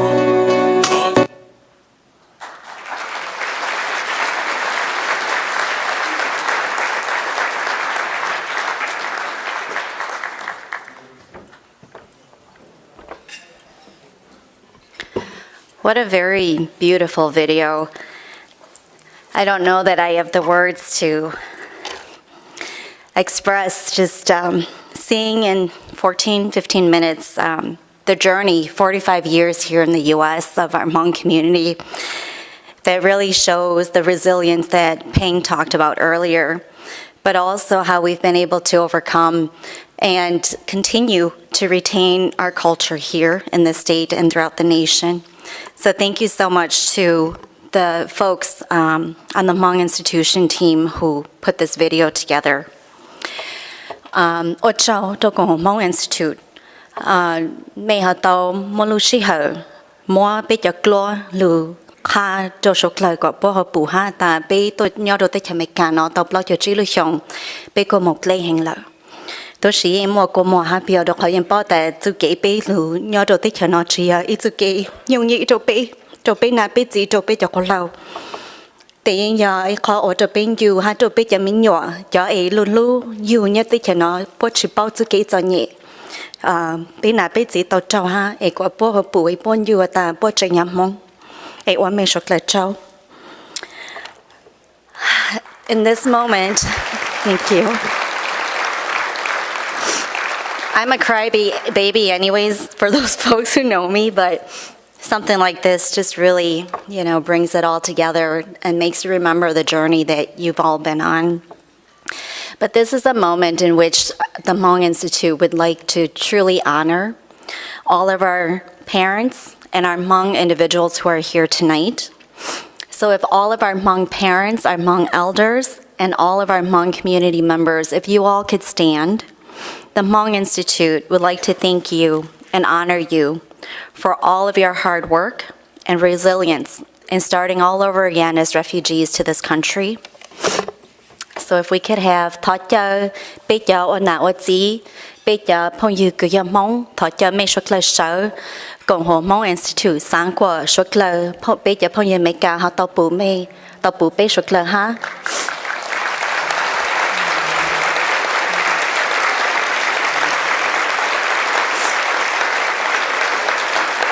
I see a whole lot more Hmong people out there who are sitting.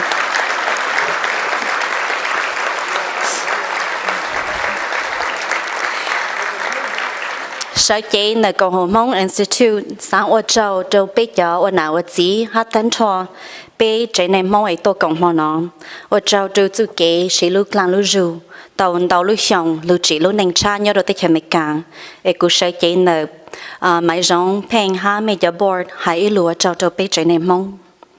For our young Hmong professionals, thank you also on behalf of the Hmong Institute for taking on the responsibility and the commitment to advancing your Hmong communities and your greater communities. Cho biết cho lo là cộng hòa Hmong Institute sang hãy lúa cho mê ha, cho mê ta bình sự, mê chỉnh tì cho các nụ bang, chỉ ya bang đồ rây rò Hmong sư tôi sĩ bang đồ tan thọ, biết cho cứ nhớ đồ tê cho mê ca hát đồ sinh Wisconsin. And thank you again to our Hmong young professionals as well.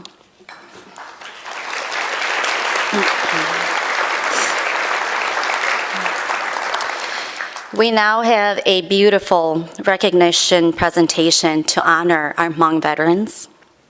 Tại khi nó bây giờ mỗi khi lu hở zu bây giờ cô tu tròn thọ chờ trả sinh thọ chờ con hai cái cho các bạn cô tu tròn họ lù rồi sợ sợ thiên nó.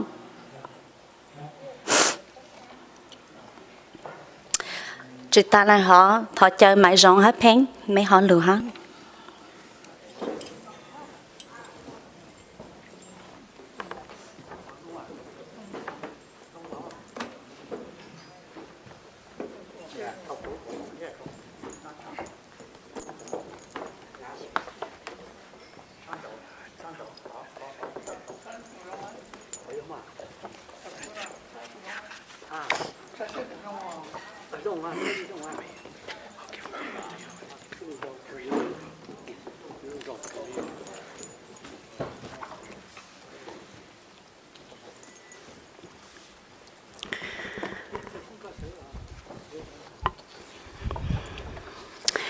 Tonight, for the first time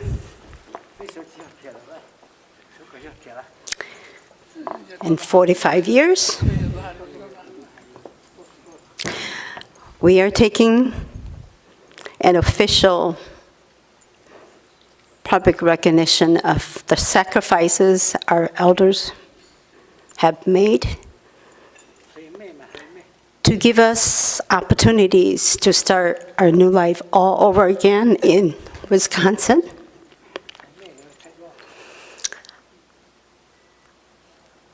My father, this is also for you, even though you're watching from above.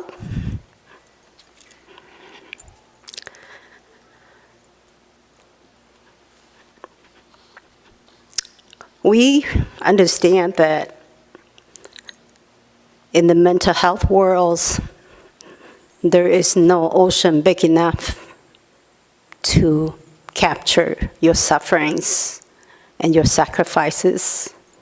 So tonight we don't have anything but just a public acknowledgement that as children of your community, as our Hmong parents, our Hmong leaders, our veterans today, we just want to say thank you. Bây chỉ một chỉ trong này lưu cũng mua ya bông ya thắt sớm không luôn nè. Ta chỉ mà nó chỉ chơi khi tao hay tiệt. Ya ít mà bây giờ mi tụi mình nhọ. Tụi nhau tới chân nó. Vì muốn này muốn tròn trả là bộ lúc tây lúc chờ. Vì muốn này ôn yêu gì. Dùng sai dùng cái này cho đàn năng bếm lòng chân sống làm lòng chỉ ta rồi này sẽ kể rõ nhẹ này cho nhau hạ dùng hạ chua dùng sai dùng cái tàu chân lưu sống là bế chỉ bỏ này để cái rõ nhẹ xếp rõ nhẹ chứ và này để cứ đi ngom muốn trong nung trong tua trong sinh dạy ấy biết chính cho này bỏ biết chính cho này bao ya yo tha là bây giờ tha chỉ ta cho nên là sở chế để cộng Hmong Institute bây giờ mua đã chỉ đầu này cho ôn nhớ gì cho cô tu trò rồi giờ này cho sở để nó là giờ này cho nhau tập va tập chế là giờ cho tương giải mong là ý lên cụ gì cho cái tí tu ta cụ gì khó xia cụ gì muốn khiến cậu tôi ý lưu lì thì thay tế chứ nữa tôi khăn mà tí ra cả lò tôi cho họ nó khét tao hay thế nên cho ôn ở gì nên cho cái ba bây giờ tôi chân sai lo trả lương tu đã trả lương tế bây giờ mua chỉ đến này mà nó bây hay là lù khó khó ôn cho rồi này sẽ đó.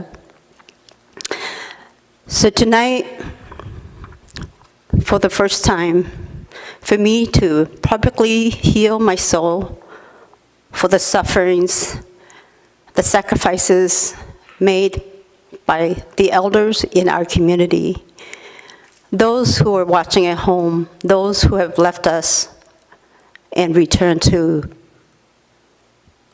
the elders' term of death is Betakamu Patala.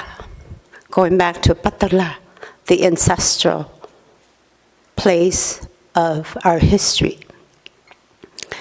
So tonight, on behalf of the Hmong Institute, we just want to take this publicly moment to announce and to recognize our elders.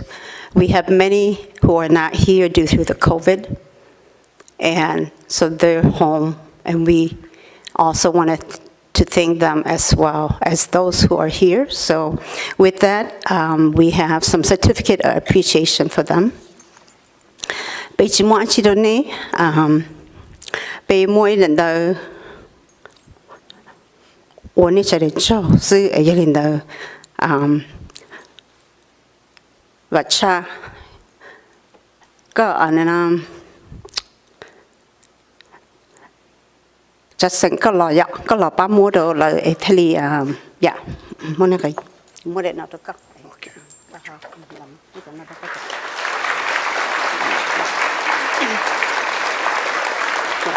Chị cái hồ lên đây để con ba mua đồ lại mà dạ nhiệt sống thọ các bác chị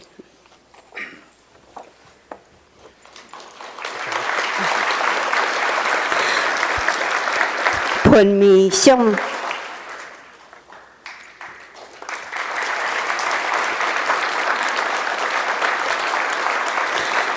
băm bịa thọ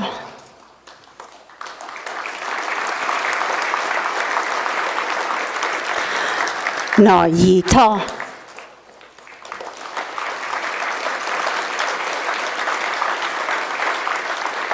sang đùa va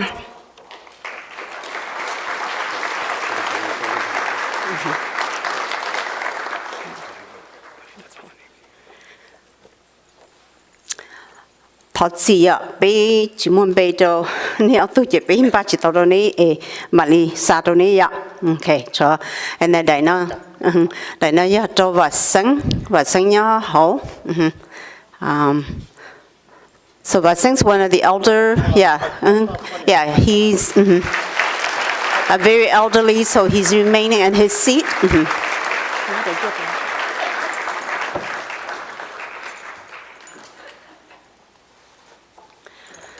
Wajo, bây giờ mua chỉ chỗ này, mua ít là nó đang theo lăng luôn nhọ cây chỗ này nè.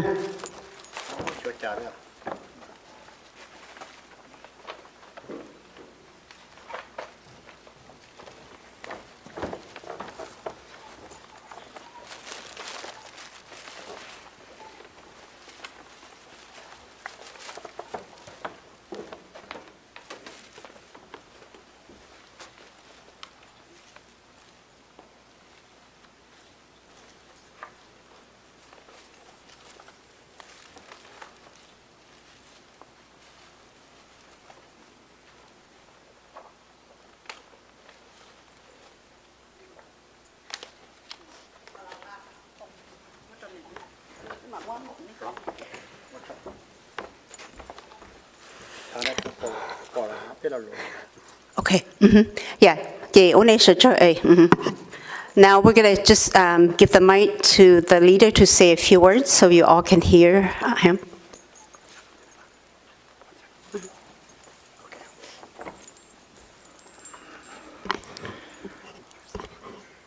Nó kuya wa cha sen. Kuya itu tu cha wa song khan. Pi song cho cho cha ro cha chi. La ban song khan Việt Nam.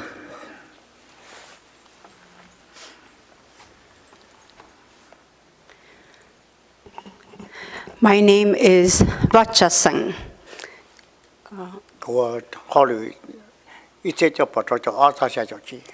I work from 1962 to 75. Kuya itu tu cha cho Nam bên ở America tua wa cho sa nhà là quốc tế. Là một trong các cái vitamin thiếu một trong những nhà là quốc tế. Bây giờ cho Nam bên và người già nhau hồng ấy tôi một tua rau sa ở nhà là quốc tế. Đó là phong trào sa tế chờ là chùa. Bây giờ cho NENG đỡ. I represent the North Unit where we fight, we prevent the communists from going into the South. That's my unit. Cho con bây giờ cái sản nhà đời là tháp bản Mỹ cả thế là sản nhà đời là tháp bản đó. Tao có bây là một ba bây giờ mong là một ba rồi cho nó chưa Mỹ cả lúc chạy nhung lỡ là hai tiệt bây giờ mình ba lỡ giờ hai tiệt thổ sư lỡ yang à bây tôi rồi bây giờ nó giờ hai tiệtยังbây giờ lúc bây giờ là chùa 我叫做中老区Mỹ cả这里教路被教路见到，那这被修了，被要知道，那个我被到路的前面干的呢，但是就全部都打开，就不叫多，老莫叫你家老莫大了，但是被叫到多了，被叫到要咋叫我，帮助打开的叫什么都写了。 I serve, we all serve to fight in accordance to the promise that the American has made when they came to us to ask us to fight to protect Laos.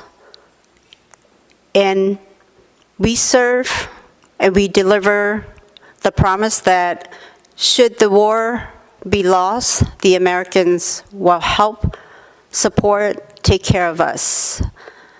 And so for us tonight, we were able to be here. We are the lucky one.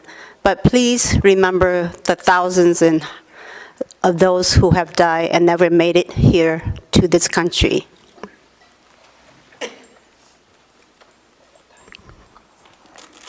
Bây giờ tôi thảo luận tới chuyện mình cả nó là bây giờ cái tôi sử dụng gì hay rồi cho tôi chọn sai. Bây giờ cái một số này nhà tàu một trời để bây giờ một số bây giờ thảo luận tới chuyện nào bây giờ tàu ít hơn hàng dòng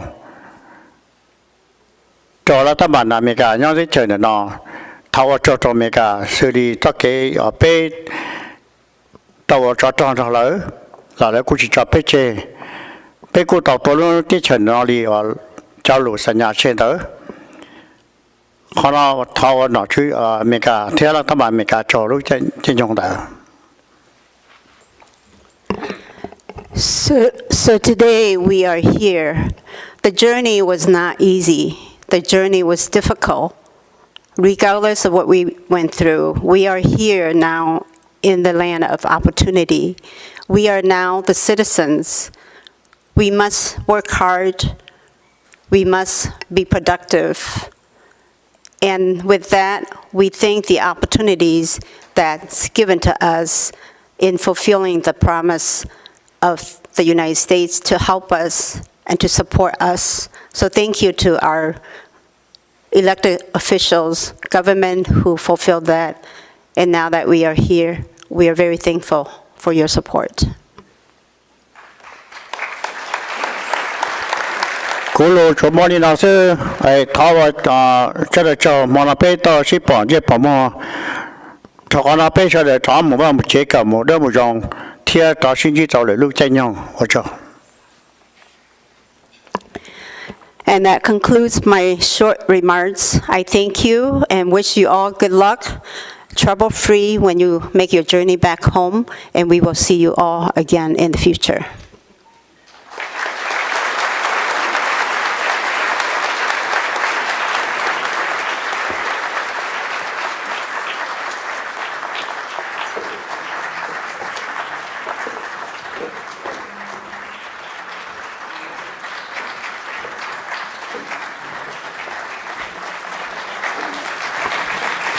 Thank you.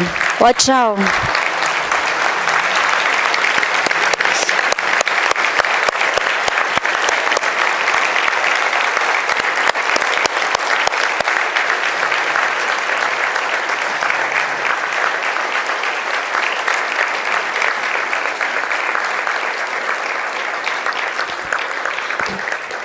Thọ rằng lúc gì ha tôi xì chính giờ trả sinh thọ có ha có họ cho ít tu lùi mấy họ cho cá lùi đâu sầu sạch thiên nữa vậy.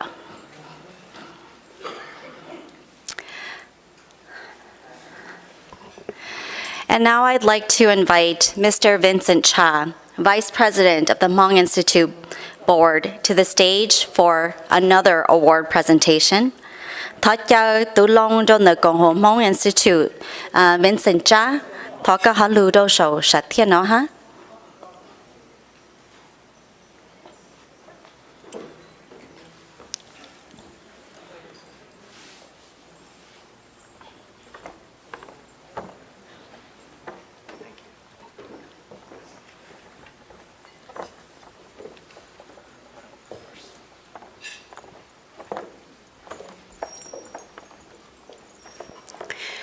For all the board members, could you please come to the stage?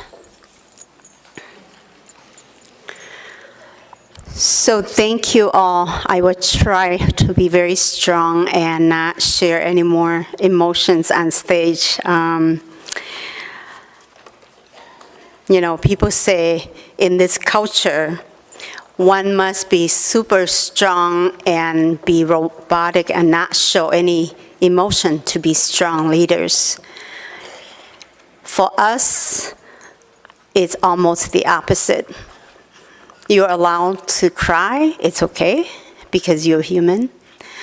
And you're allowed to share your tear, and it's okay, because you share everybody's journey. And so tonight, this last part is going to be very emotional, and hope that you get that culture piece in both worlds. So my board members are here. So tonight, as you can see, we have been refugees in refugee camp, and then we journey all the way to the United States. Sometimes when you hear stories like Thảo Bích Tua Tê Chà Nong, Bê Mô Y, San Đô Tị U, Chọn Đô Đài, Tôi Chỉ Tàu Cho Chà Mô Đá Tê Là Mô Năng Tê. Our elders will tell stories like the journey we have made to the United States, way, way too far in the other side of the world, where we travel by night and we arrived by day. Is that heaven or is that earth? That's what we're celebrating tonight in this last portion of the program. And that is to our new home, to our new leaders, to our new neighbors, to our new colleagues who have lent a hand to support the Hmong refugees when they came. And when I do training, people say, why do you choose Wisconsin when it's so cold? And I say, you know what? If the Hmong people know about Wisconsin, in California, all of us would go to California. But the fact is, we did not know. We were at the mercy of our sponsor. So wherever our sponsor is, that's where we landed. So those of us who landed in Wisconsin, we have learned that Wisconsinite is not that strong in the wintertime compared to us because they have undergarment and we didn't.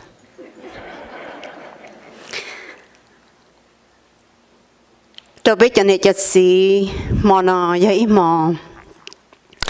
Bây tôi sĩ cộng nói bà mò ok dọ cho bây luôn năng dọ cho bây giờ kì dọ nhẹ dọ cho bây giờ kì con chua.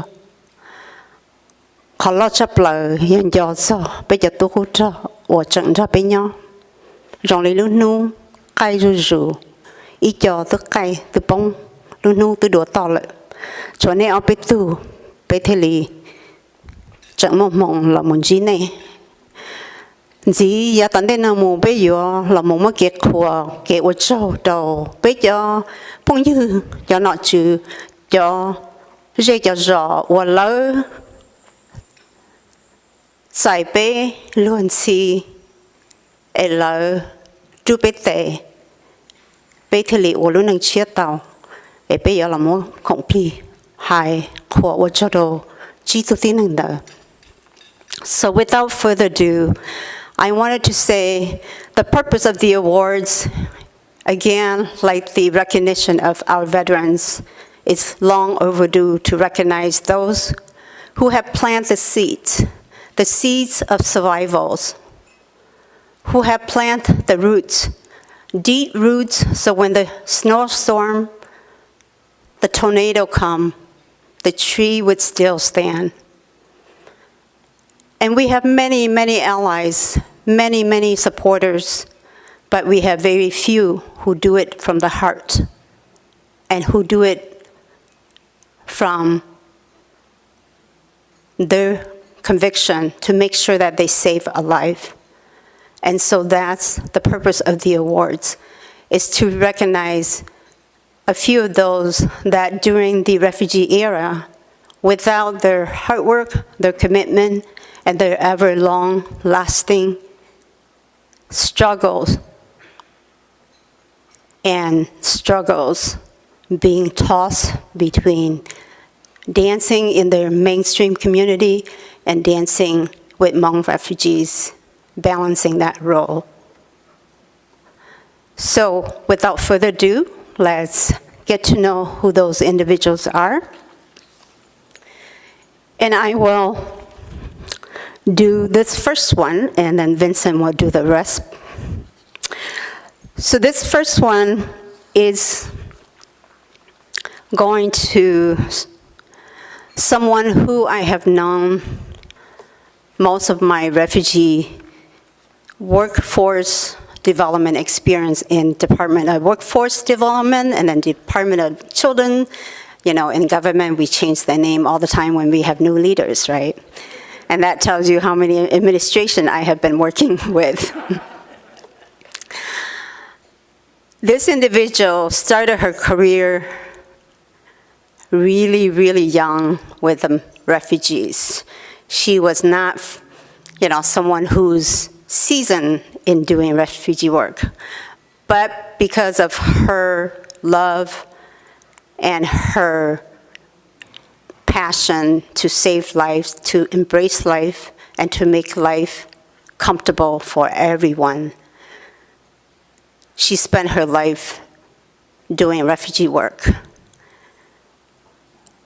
And this person started the whole refugee program in Wisconsin with the emergency office that she developed with Governor Lucy. And that emergency office led to a permanent office. And then that permanent created a whole governmental policy about refugee.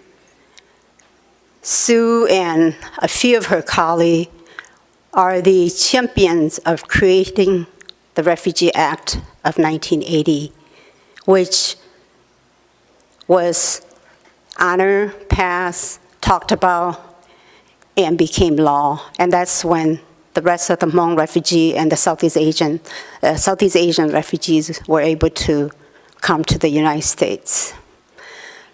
So Sue and I have gone together in a path that has never been traveled. I was a single Hmong, old maid by Hmong standards, in the community, and Sue was a young, hippie graduate who love life and who wants to do nothing but serve people. And in this journey, Sue and I have traveled the path that has not been traveled and paved by others. So I can tell lots and lots of stories, but Sue, thank you for being my mentor. Thank you for being a good boss. And thank you for listening to me some of the time so we don't embarrass state government because you want to wear jeans to meet all the MAA who's going to greet you in three-piece suits on a Saturday. And you listen, so you change, and we save government's face. There's many, many of these stories that I could tell, but without further ado, Sue, would you come up? And we want to give you our thanks on behalf of the Hmong Institute.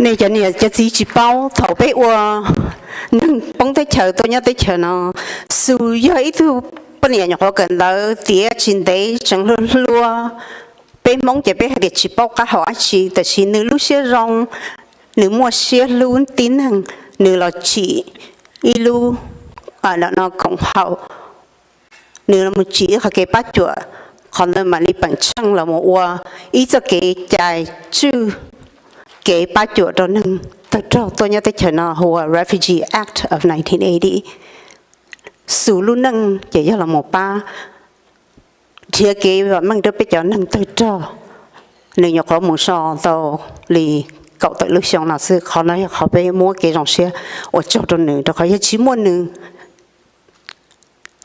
rồi lúc họ chú chỉ bé sẽ đợi chỉ mua cái nó hậu tên là cả bé ô là bé chỉ mua rong vì chỉ mỗi thứ này rong này nữa nhỏ hậu bầu là mù ô tụ cho tụ cho bây giờ cái tin năng chạm mong như lên đây bây thêm một cái khóa đồ su.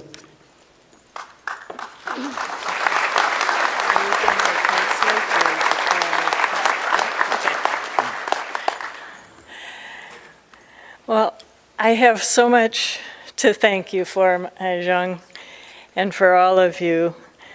Thank you for that kind introduction and for honoring me with this award.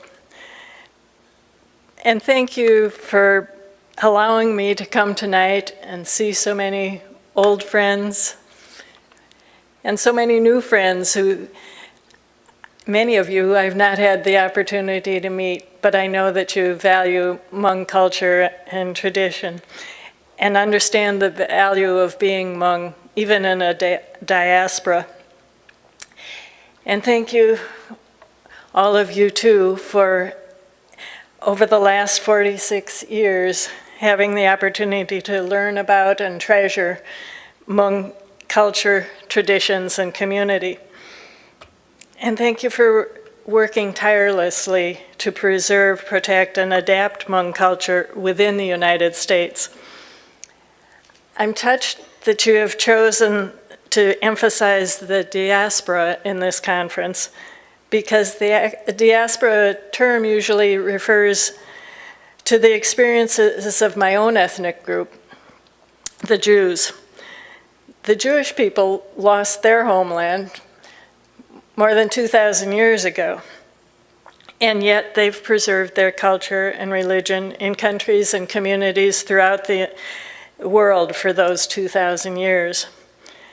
So it's good to reflect on what does it take to maintain cultural identity for millennia when living in a new, different, and sometimes hostile social environment.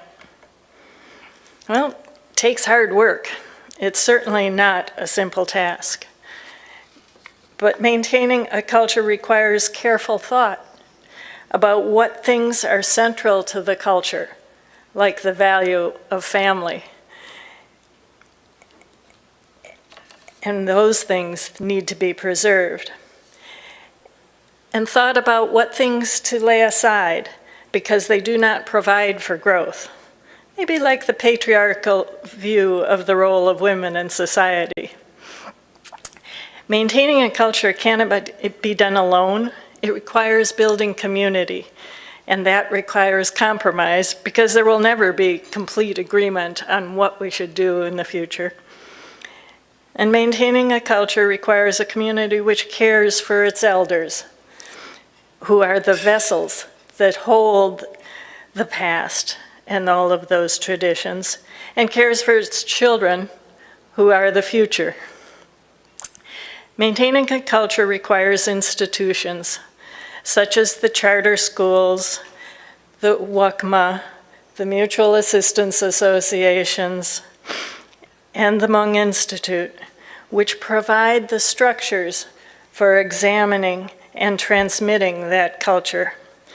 So I want to thank the many leaders from these institutions who have struggled for years to make Wisconsin and the Hmong community stronger. Maintaining a culture requires leadership, something the Hmong have always had in abundance, but need to foster as new challenges provide new distractions. Maintaining a minority culture also requires participation in the mainstream culture. The Hmong culture can't thrive if it's totally isolated from the environment in which it lives.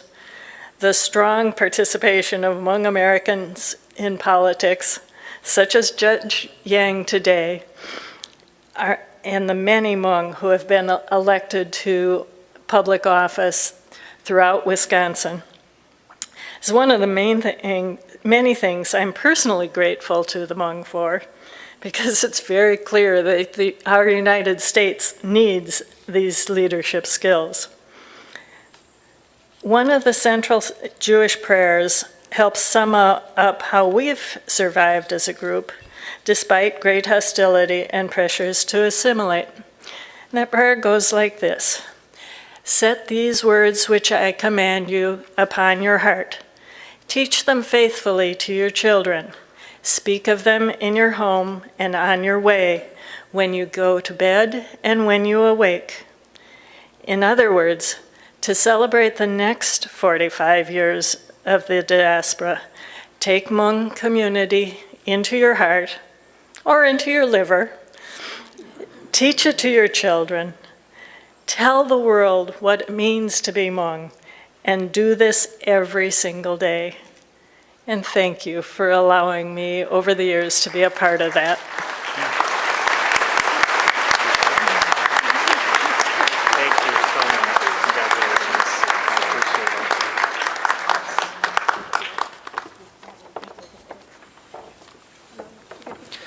Whew, I can see again.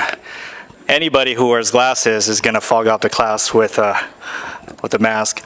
So I see a lot of you are falling asleep. How many of you, let's do this. Who knows what Hmong time means? Yeah?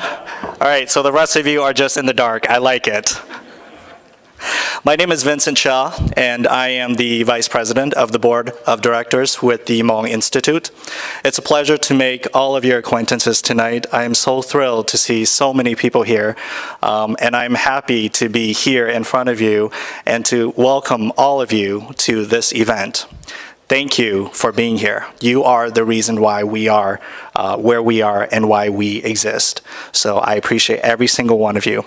We have some awards tonight for individuals, as XIONG had mentioned, that we have selected because of their contributions over time, over the last 45, 46 years. These individuals have made momentous contributions to the Hmong community. They may not be Hmong, they may not speak Hmong, but they definitely is one of us, and we are one of them. So we appreciate everything that everyone that will be receiving awards tonight have done. The first individual I would like to welcome to the stage, and if I call your name, if you could help me out and enter through my right, your left, that will be fantastic. It will make this process a lot smoother. Nhớ rồi ý chọn chị cái phong yêu sẽ đời đợt nào cũng yêu sửa cha dòng xe hay tìm họ nó nên sẽ đời tôi cùng lúc cùng trong nó là si Hmong Institute lúc Banquet nó mà nó bây giờ hợp cho ý cho tuần hình của nữ tàu 3 Hmong nữ tàu 6 Hmong thế thì họ tàu cho bây giờ Hmong là tàu tại si nó bây giờ ở lại cho thì thầu bây khu là lúc bây nó chạy nên sẽ đời họ bắt chạy tàu lại thiên ơn vì hệ tiề bé lúc xí hở ít nhiều stretch là ít nhiều đưa mình gì là nó chạy thoát gì cú yêu chỉ hai lượng mong thầu cú introduce là chỉ thầu cú hai cho nên nó cú cho hai lượng mấy cá sứ nên giả lúc gì mấy thế ấy có bé sẽ được họ tàu mù sau mình gì thế thế chỉ mà những xã hệ tiề nên sẽ được geng lại thế giờ. Could I invite Vu, Tia Vu, to the stage, please? Would you join me up here?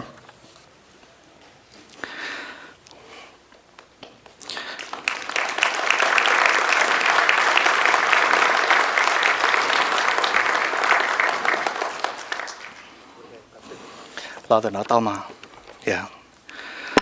So this individual, I can't believe I'm saying this, but I knew him when I was 19 years old. Not saying that he's ancient history, but he's definitely part of history. Tavu has been one of those champions within the Hmong community. He is a former president of WANGLUE. I'm going to say WANGLUE because that stands for the Wisconsin United Coalition of Mutual Assistance Associations. It's a very long mouthful. He is a former president of WANGLUE. And one thing that Vu has been known for is for building bridges for Hmong agencies and communities as Hmong refugees start their life here in Wisconsin and in the US. I first met this man, again, when I was just a teeny weeny, having been coaxed into serving on the board of directors at the Hmong Mutual Assistance Association of Sheboygan. I did not know. They say, come sit, listen to a meeting, and then I went, and I just never left. It's been some good years.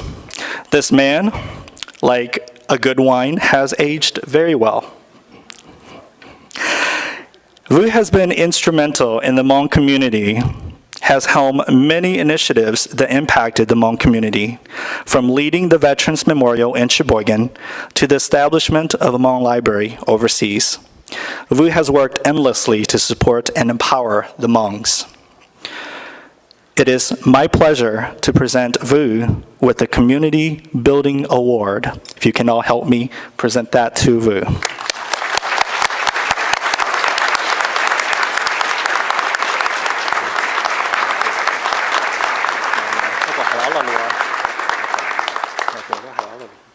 Can I talk? You certainly can talk, but I'm going to time you, okay? Okay. You know, and I do not regret. After 40 years, I still don't speak English. Like many of you, like Vincent. I do not regret because you make me the difference that you can speak good English.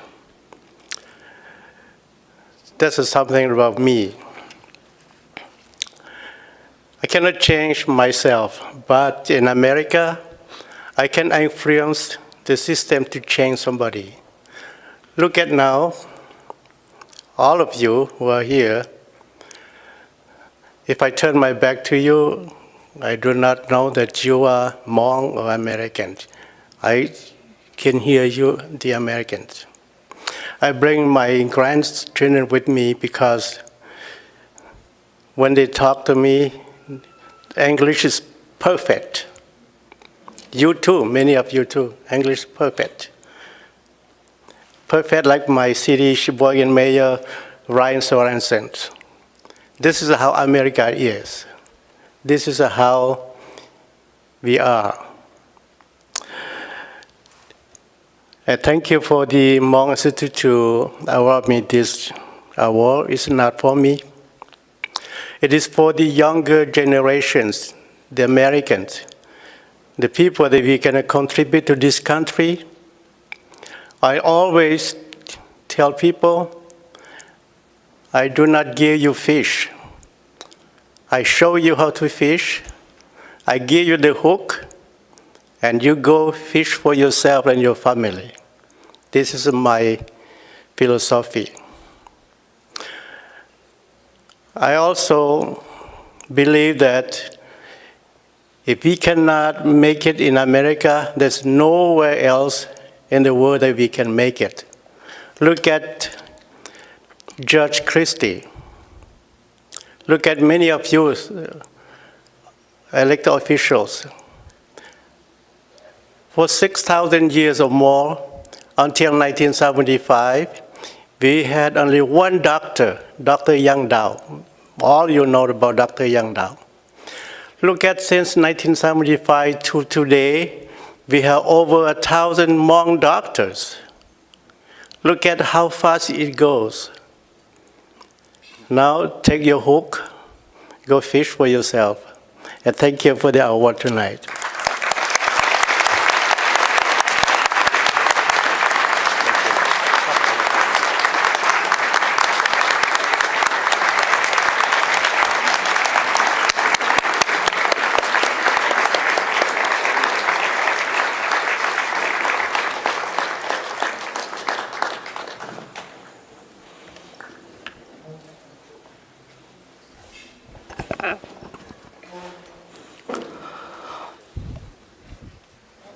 If I could invite the Honorable James Doyle to join us on stage.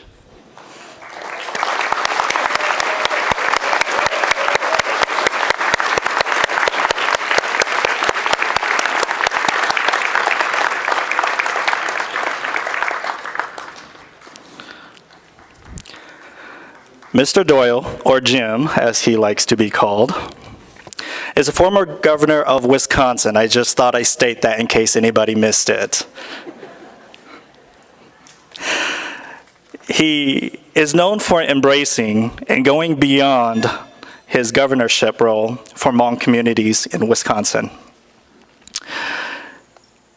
Former Governor Doyle, along with his very diverse cabinet, perhaps the most diverse in the states at that time, worked closely with minority groups to ensure that every person, refugee or not, was taken care of.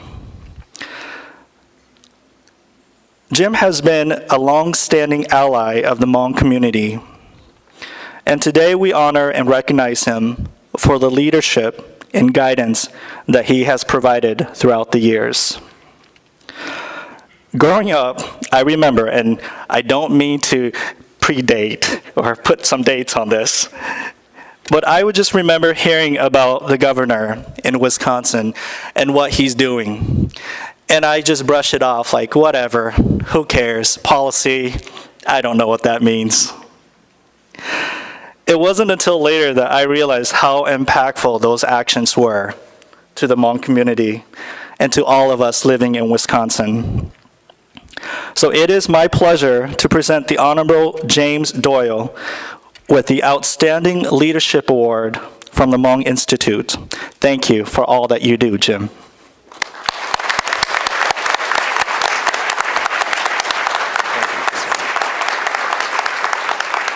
All yours.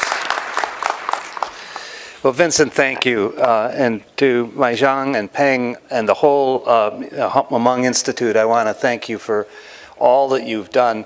To the mutual assistance groups across Wisconsin that I've spent so many hours with, all over in La Crosse and Eau Claire and Wausau and Sheboygan, Milwaukee, Madison, to my good friends I see sitting here, to the other honorees who have been so critical to the advance of Hmong people in Wisconsin, I say thank you.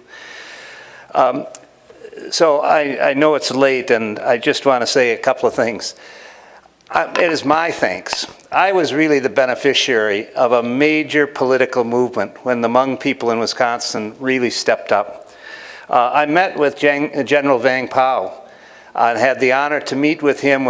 Many of you had invited to Wisconsin, and we sat down and talked, and he decided I was the person who he would like to see elected in the state of Wisconsin. And that was a very, very helpful endorsement in those days.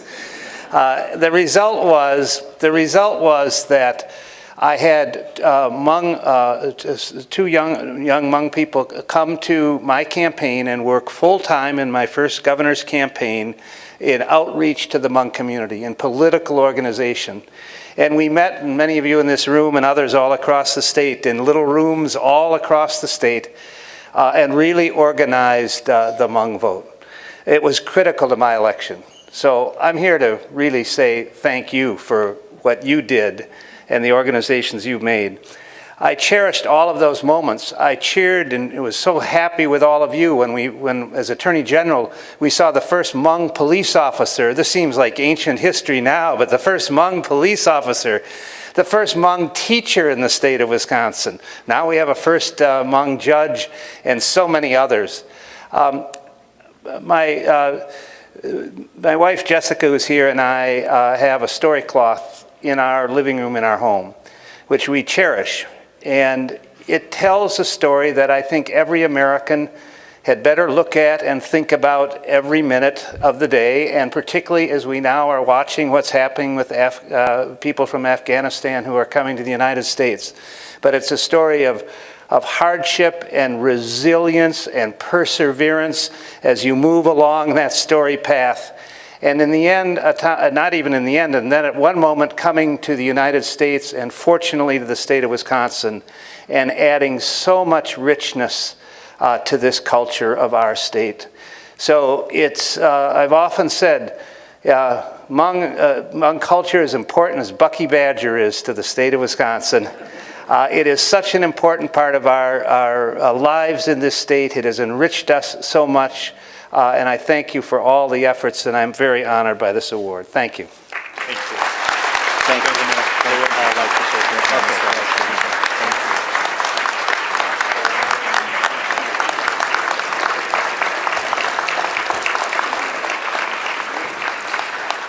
Now, I don't know how appropriate this joke is going to be, but we're just going to wing it. If you look at all the attendees, minus Sue and our next guest, but you know how hard they work because there's no hair left. So I definitely appreciate that, and for whatever it's worth, I'm starting to feel mine fall out too. For our next honoree, I'd like to invite Ms. Roberta Gassman to join me on stage, please.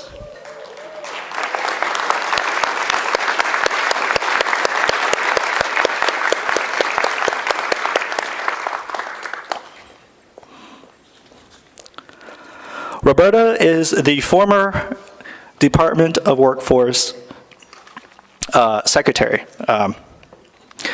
And she has been a leader in being a game changer in the workforce arena for Hmong refugees during her time as Secretary of DWD.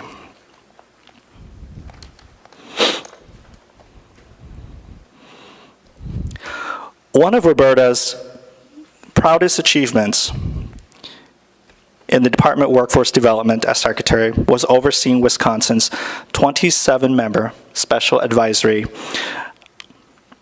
Hmong Resettlement Task Force, which in 2004 was charged with making policy recommendations for Wisconsin. So those are some major stuff, folks. Working with mutual assistance associations and other private, public, and faith-based partners to successfully and rapidly resettle large numbers of Hmong refugees, namely from Thailand, and is one of only 3 American states, in addition to Minnesota and California, to take this on. So Wisconsin, in addition to Minnesota and California. It is my honor to present Roberta Gassman with the Distinguished Leadership Impact Award. Thank you for all that you have done.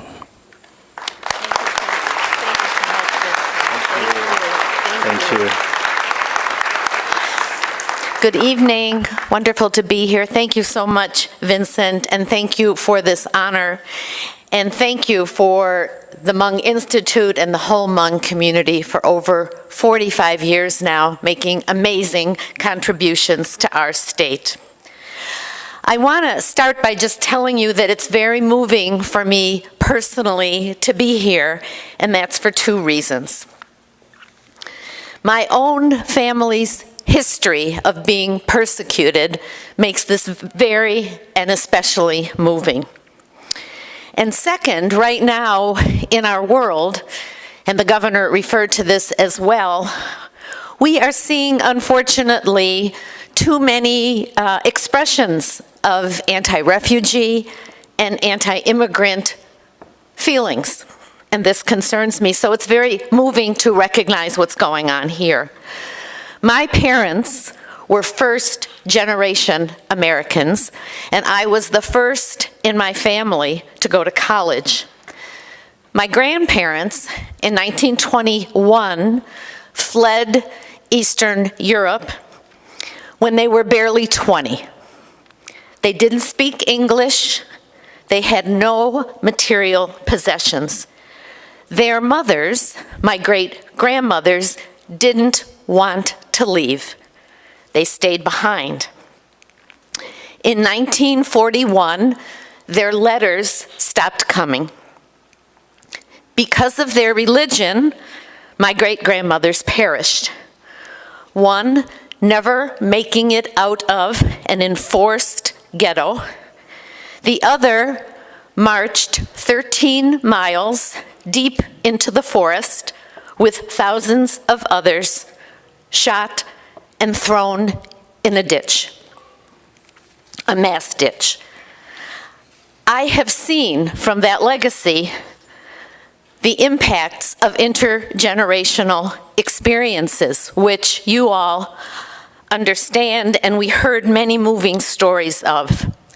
When my grandmother would visit us when I was little, she would sleep in the room right next to where I slept. I would hear her scream out from her nightmares in the middle of the night, calling out for her mother. This was a big part of my growing up, a big part of how I became who I became. May we all together fight any hatred, any persecution against any group, and may we do that together every day.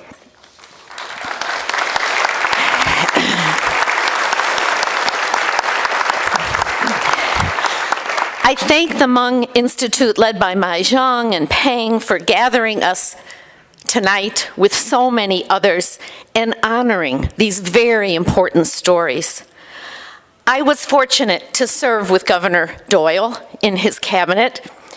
The governor and First Lady Jessica, who is here, they are giants of tolerance, of public service, of well-being for all.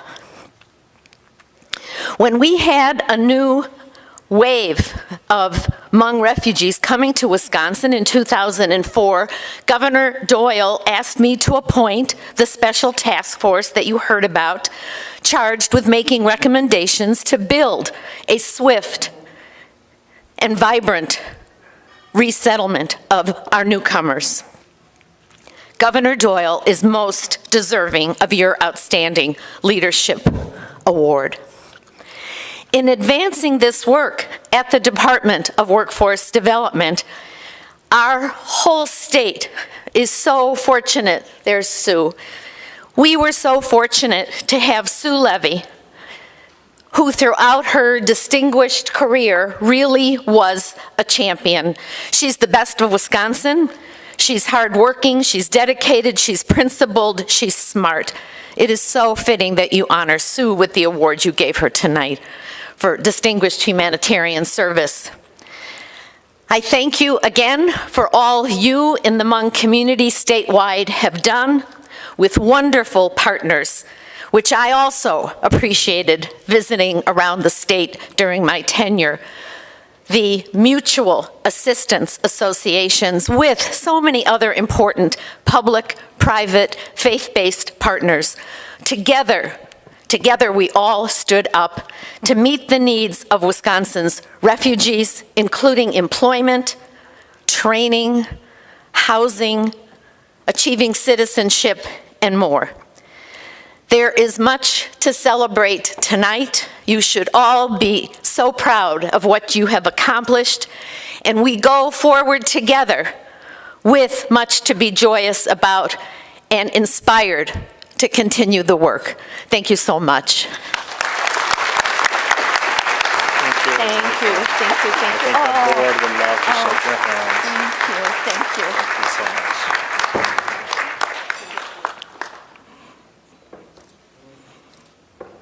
I can hear it. Some of you are getting excited because I only have one left.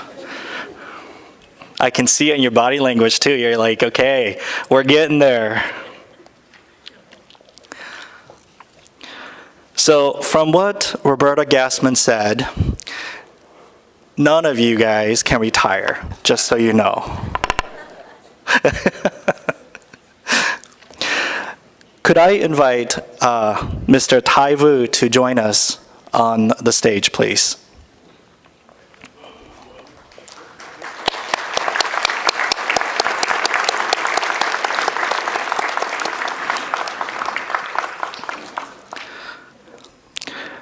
Tai is a former president and director of WUCMA. Do you guys want me to read through that whole acronym again? He's known for being a mover and shaker within the Hmong community. His strong advocacy resulted in more resources and visibility for Hmongs in Wisconsin.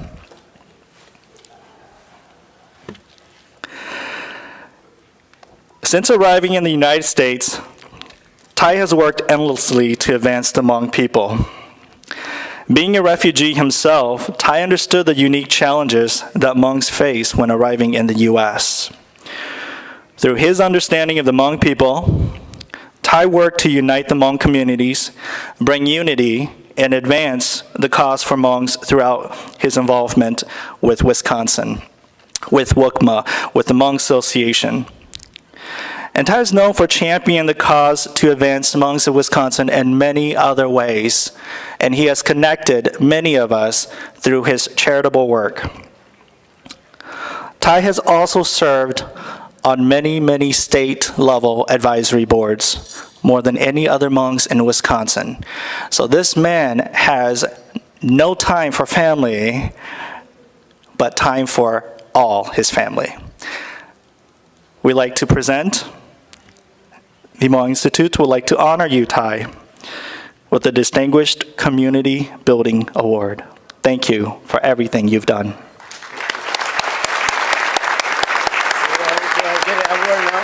You can get the award now. All right. Give it to my daughter. All right, there you go. All right. ก็ภาษาไทยอร่อยเลยไทย Can you hold on? Yeah. Just hold on it. Okay.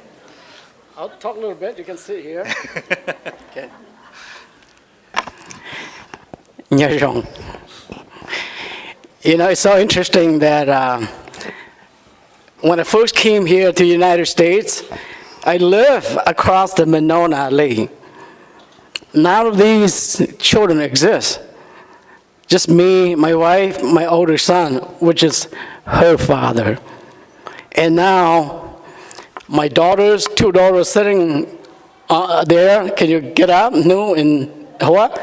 Those my 2 daughters were born here in Madison, Methodist Hospital. And then these are the grandchildren. So I think, the Hmong have made a successful resettlement life in this country. I often use one quoted from one of the congressmen in the West. And this is his statement. He said, this is about the 80s. The Hmong problem in the United States, it's so hard to deal with. He's talking about swallowing a stone into the stomach that can't digest it. It was really powerful and very hurtful. I read it in 1986 when I was hired as the co-director of the Hmong Association in La Crosse, and I said, a congressman probably don't know the Hmong people that well. And I showed to the Hmong people because that really helped the Hmong people to work hard too. It's a good strategy for me. I said, people say you can't succeed it because you don't understand English, you haven't been trained, and this congressman say waste a lot of public money. Today, I still saying it. I say Governor Dwight is here, many public politicians here. The Hmong people have become a great investment. Where today, my understanding is that Hmong people on cash welfare, it's about 3 to 4%. Where can you invest it and get that return about 95%? The government has invested to the Hmong. And I said, all Hmong and other who have come to America. America is a great place, and I say that because that's why I find people in America here are very nice brothers, sisters, fathers, mothers, parents and grandparents. They are all relative, all family. I think that's one of the success that I have, in particular coming here, being a refugee and being mentored by one of my mentor here is Mr. Bill Whitcomb. He is the director of Church World Service. His parents spent many years in India, so it's perfect for him to nurture me and help me. And he took me to the courthouse in 1979 at the end and paid his property tax. I said, Bill, what do you pay? He said, this is how we live in America. So I said, oh, that's really great. So in 1995, when I bought a home and go pay my property tax, I still remember, oh, this is what Bill was doing in his life. So I really love it. But I say this, and I'll say to the Hmong people, back in China, life is move on with bad and good. Sometimes the bad really make the future better for everyone. Hmong have been prosecuted in China. Wu Baiye is the name of a guy who lead the country and also kill. This is based on the Chinese movie about the history of the Hmong. So that back in China in the 1700s. In the 1800s, a guy named Pachai Wu, who is doing the French colonization in Laos, who raised tax and of course many corruption through the government system and so forth. So he stood up and fight against the French government. The French are referring him to as a crazy man, and it's still on the history. And after that, and here we are in the history. So the hardship that the Hmong have endured is also make it possible for the Hmong to be successful. My career for the last 31 years, And as I say to a lot of my friends, it's a mission that I just been blessed to work with. And many times, my kids, they say, Dad, why are you not going to the meeting in the weekend? It really struck my mind and say I'm out of touch with my kid. But those many sacrifices that I think, allow us to be very successful. So I thank you to the Hmong Institute. I said, Hmong Institute, ya itun chai la itutu, wa nu na cheng yi neng, taka la ya nie天教子lu zhe lun chi, ye chai dao de nie te zi yu dao de du den chai. No, le chỉ chia le dia, le what on it does le of the Hmong men and women, girl and boys who have grown up and start a business and become successful in the banquet tonight is a good example of that. So I thanks to the Hmong Institute and all of you who have participated, come here. I have to say to the governor, in 2004. He may not know because the appointment is coming from his staff, but I was appointed by Governor Jim Doi to be a part of the Wisconsin Public Health Council. He left the governor. I still serve until 2018. So it was blessed. And then I have to say to Roberta Guessman, I cleaned your office. In 1979, you haven't even moved into yet. I work on Jeff 1. I met the police, I met all the people, I get lost in the Capitol, and one of the policemen in La Crosse, in Madison here, picked me up on the west and took me and said, where do you live? I said, that side. He took me to the Coliseum, he said, do you know where you go? I said, yes. So he put my bike on his trunk and he took me home. So I said, it wasn't too bad to get lost here. So I still say today, anyone the policeman who pick up a little young guy, Asian, on the Rand Road on the west, Washington, I still say, Ty is looking for you. He probably still around. I would assume maybe retired. But again, thank you so much. I said to all of you, brothers, sisters, if we can understand that we are the same, we have a common needs in relationship and so forth. You all cry, earlier I was crying too. A lot of people said, Ty, how come you don't cry? I said, I cry a lot, but you don't see it. That's just not cry.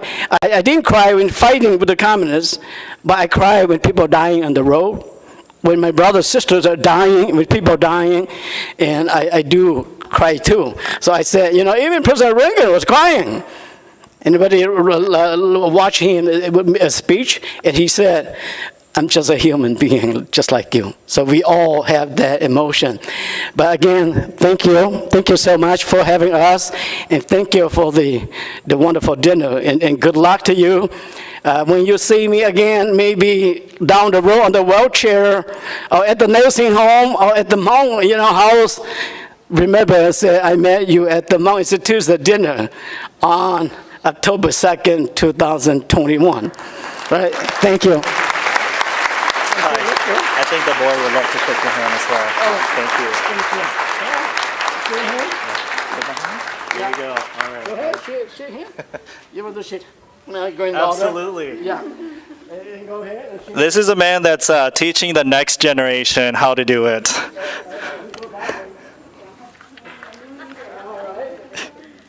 I love it.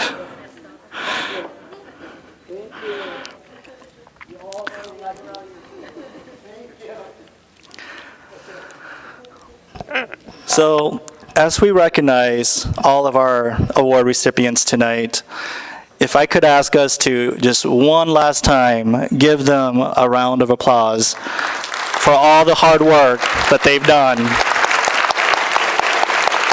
the advancements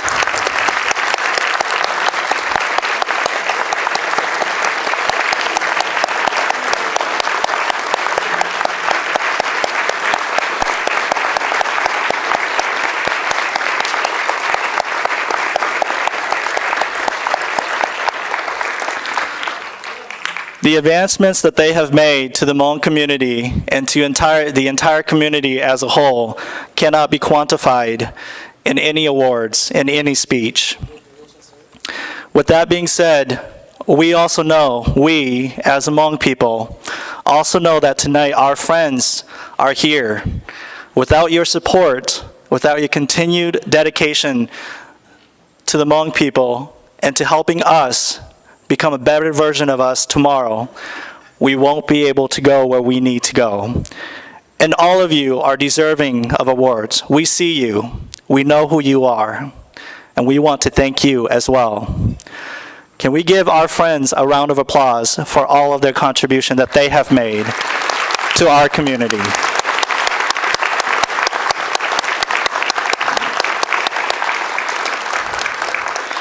Thank you for your friendship, and thank you for your support. I know that Ping mentioned earlier that if you don't drink enough tonight, he and I will be stuck with the bill. I heard from the bartenders that we're not yet at that limit. So I encourage you to come find me. I look forward to meeting all of you, all the friends I have not met, strangers, family. Come find me. I want to find you. Thank you all for being here tonight.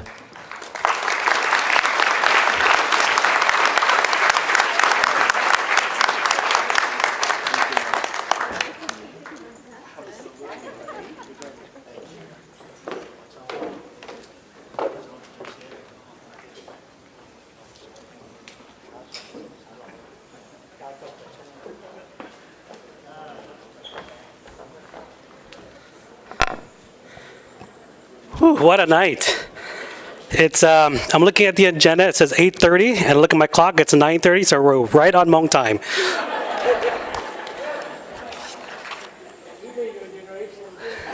So tonight's been a great night. We've had dinner, we've had a show, we've even had musical serenation.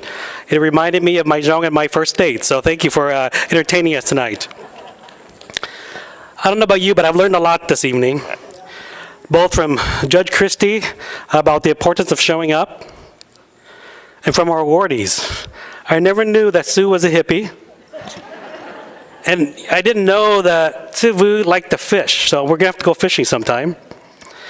Governor Doyle, I heard that the Hmong got you elected governor, not the Democratic Party, so thank you for that.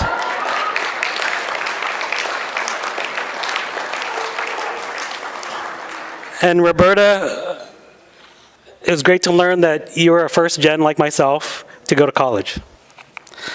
And lastly, I learned that Ty gets lost on his bike a lot, so please watch out for him. As the CEO, I have the privilege and the honor to really thank our funders this evening. First, I'd like to thank CUNA Mutual Foundation for being our event sponsor. Thank you for your continuous support of the Hmong Institute as well as the Hmong community. Please help me thank them by giving them a big round of applause.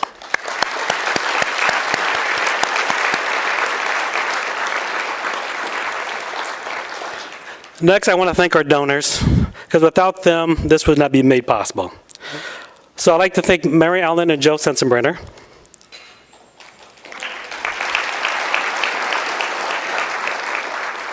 Nancy Worcester, Madison College, Healthy Dane, which consists of the healthcare centers here in Dane County, which is UW Health, Group Health, Unity Point Merida Health, SSM Health, Stoughton Hospital, and Public Health of Madison and Dane County. So thank you for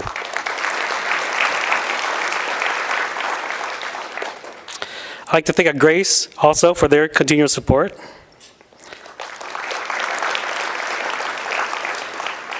The Mayo Foundation for Medical Education and Research. Dr. Blong Lee.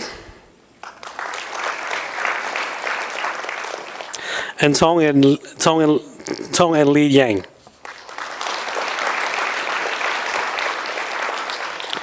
I'd also like to thank our table sponsors. If you look at your agenda, you'll see a list of them. There's too many to read, otherwise we'll be here all night and we'll take up all the way to 11, and I haven't hit the bar yet. So I'll invite you to look at the agenda or the program and look at our table sponsors. I want to thank them not only for the financial contribution, but I also know that you had to find 8 friends to sit with you at the table. And I don't even know if I have 8 friends, so I think that's really hard too. So thank you for being a table sponsor.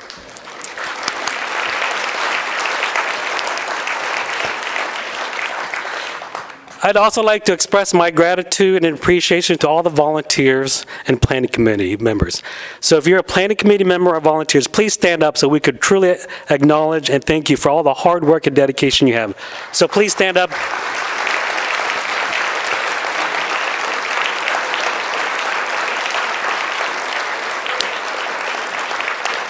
Lastly, I want to thank all of you for being here tonight. So please give yourself a round of applause for coming and supporting this important milestone. So an update from the bar, we're down to $25 on the fee, so please go back there. Secondly, I heard that the next round is on Governor Jim Doyle, so please stay until 11.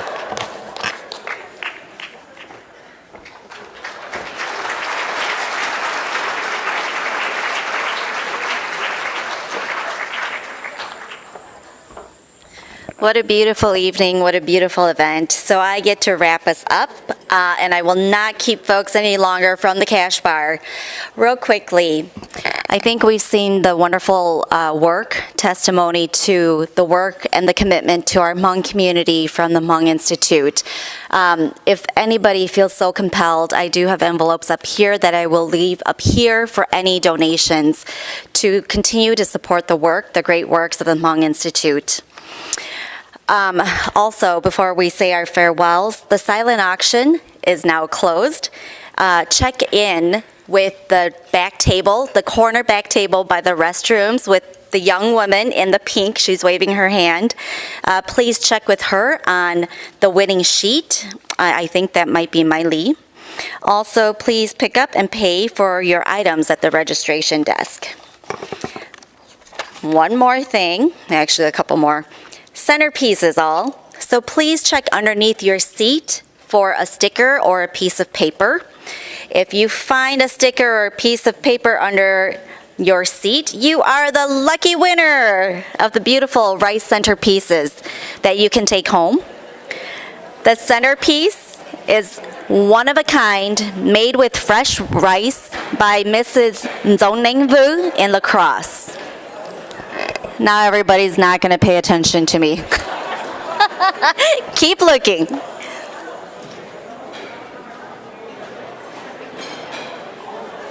Got it. Okay. And as you're checking under your seats, I have clarification. Each table should have a big white envelope with these little white envelopes, so you could leave your donations right on the table. I hope we have some winners. Winners? Yes? Awesome. Wonderful. Now, in addition to the centerpieces, we have the beautiful Hmong table runners on the table, on each table. A donation of $20 or more if you'd like to take the table runner home. Proceeds from the table runners will benefit, again, Hmong Institute programs. Also, for our table captain gifts, or table captains, as a token of appreciation, the Hmong and Wisconsin book is a gift to the table captain. Make sure you take yours. Thank you so much for your support. Significantly, to all those who have contributed to our Hmong American journey, thank you for welcoming our communities with warmth, resources, and continued support. This is truly the American spirit, and I trust that we will continue to welcome all refugees and immigrants in this same light.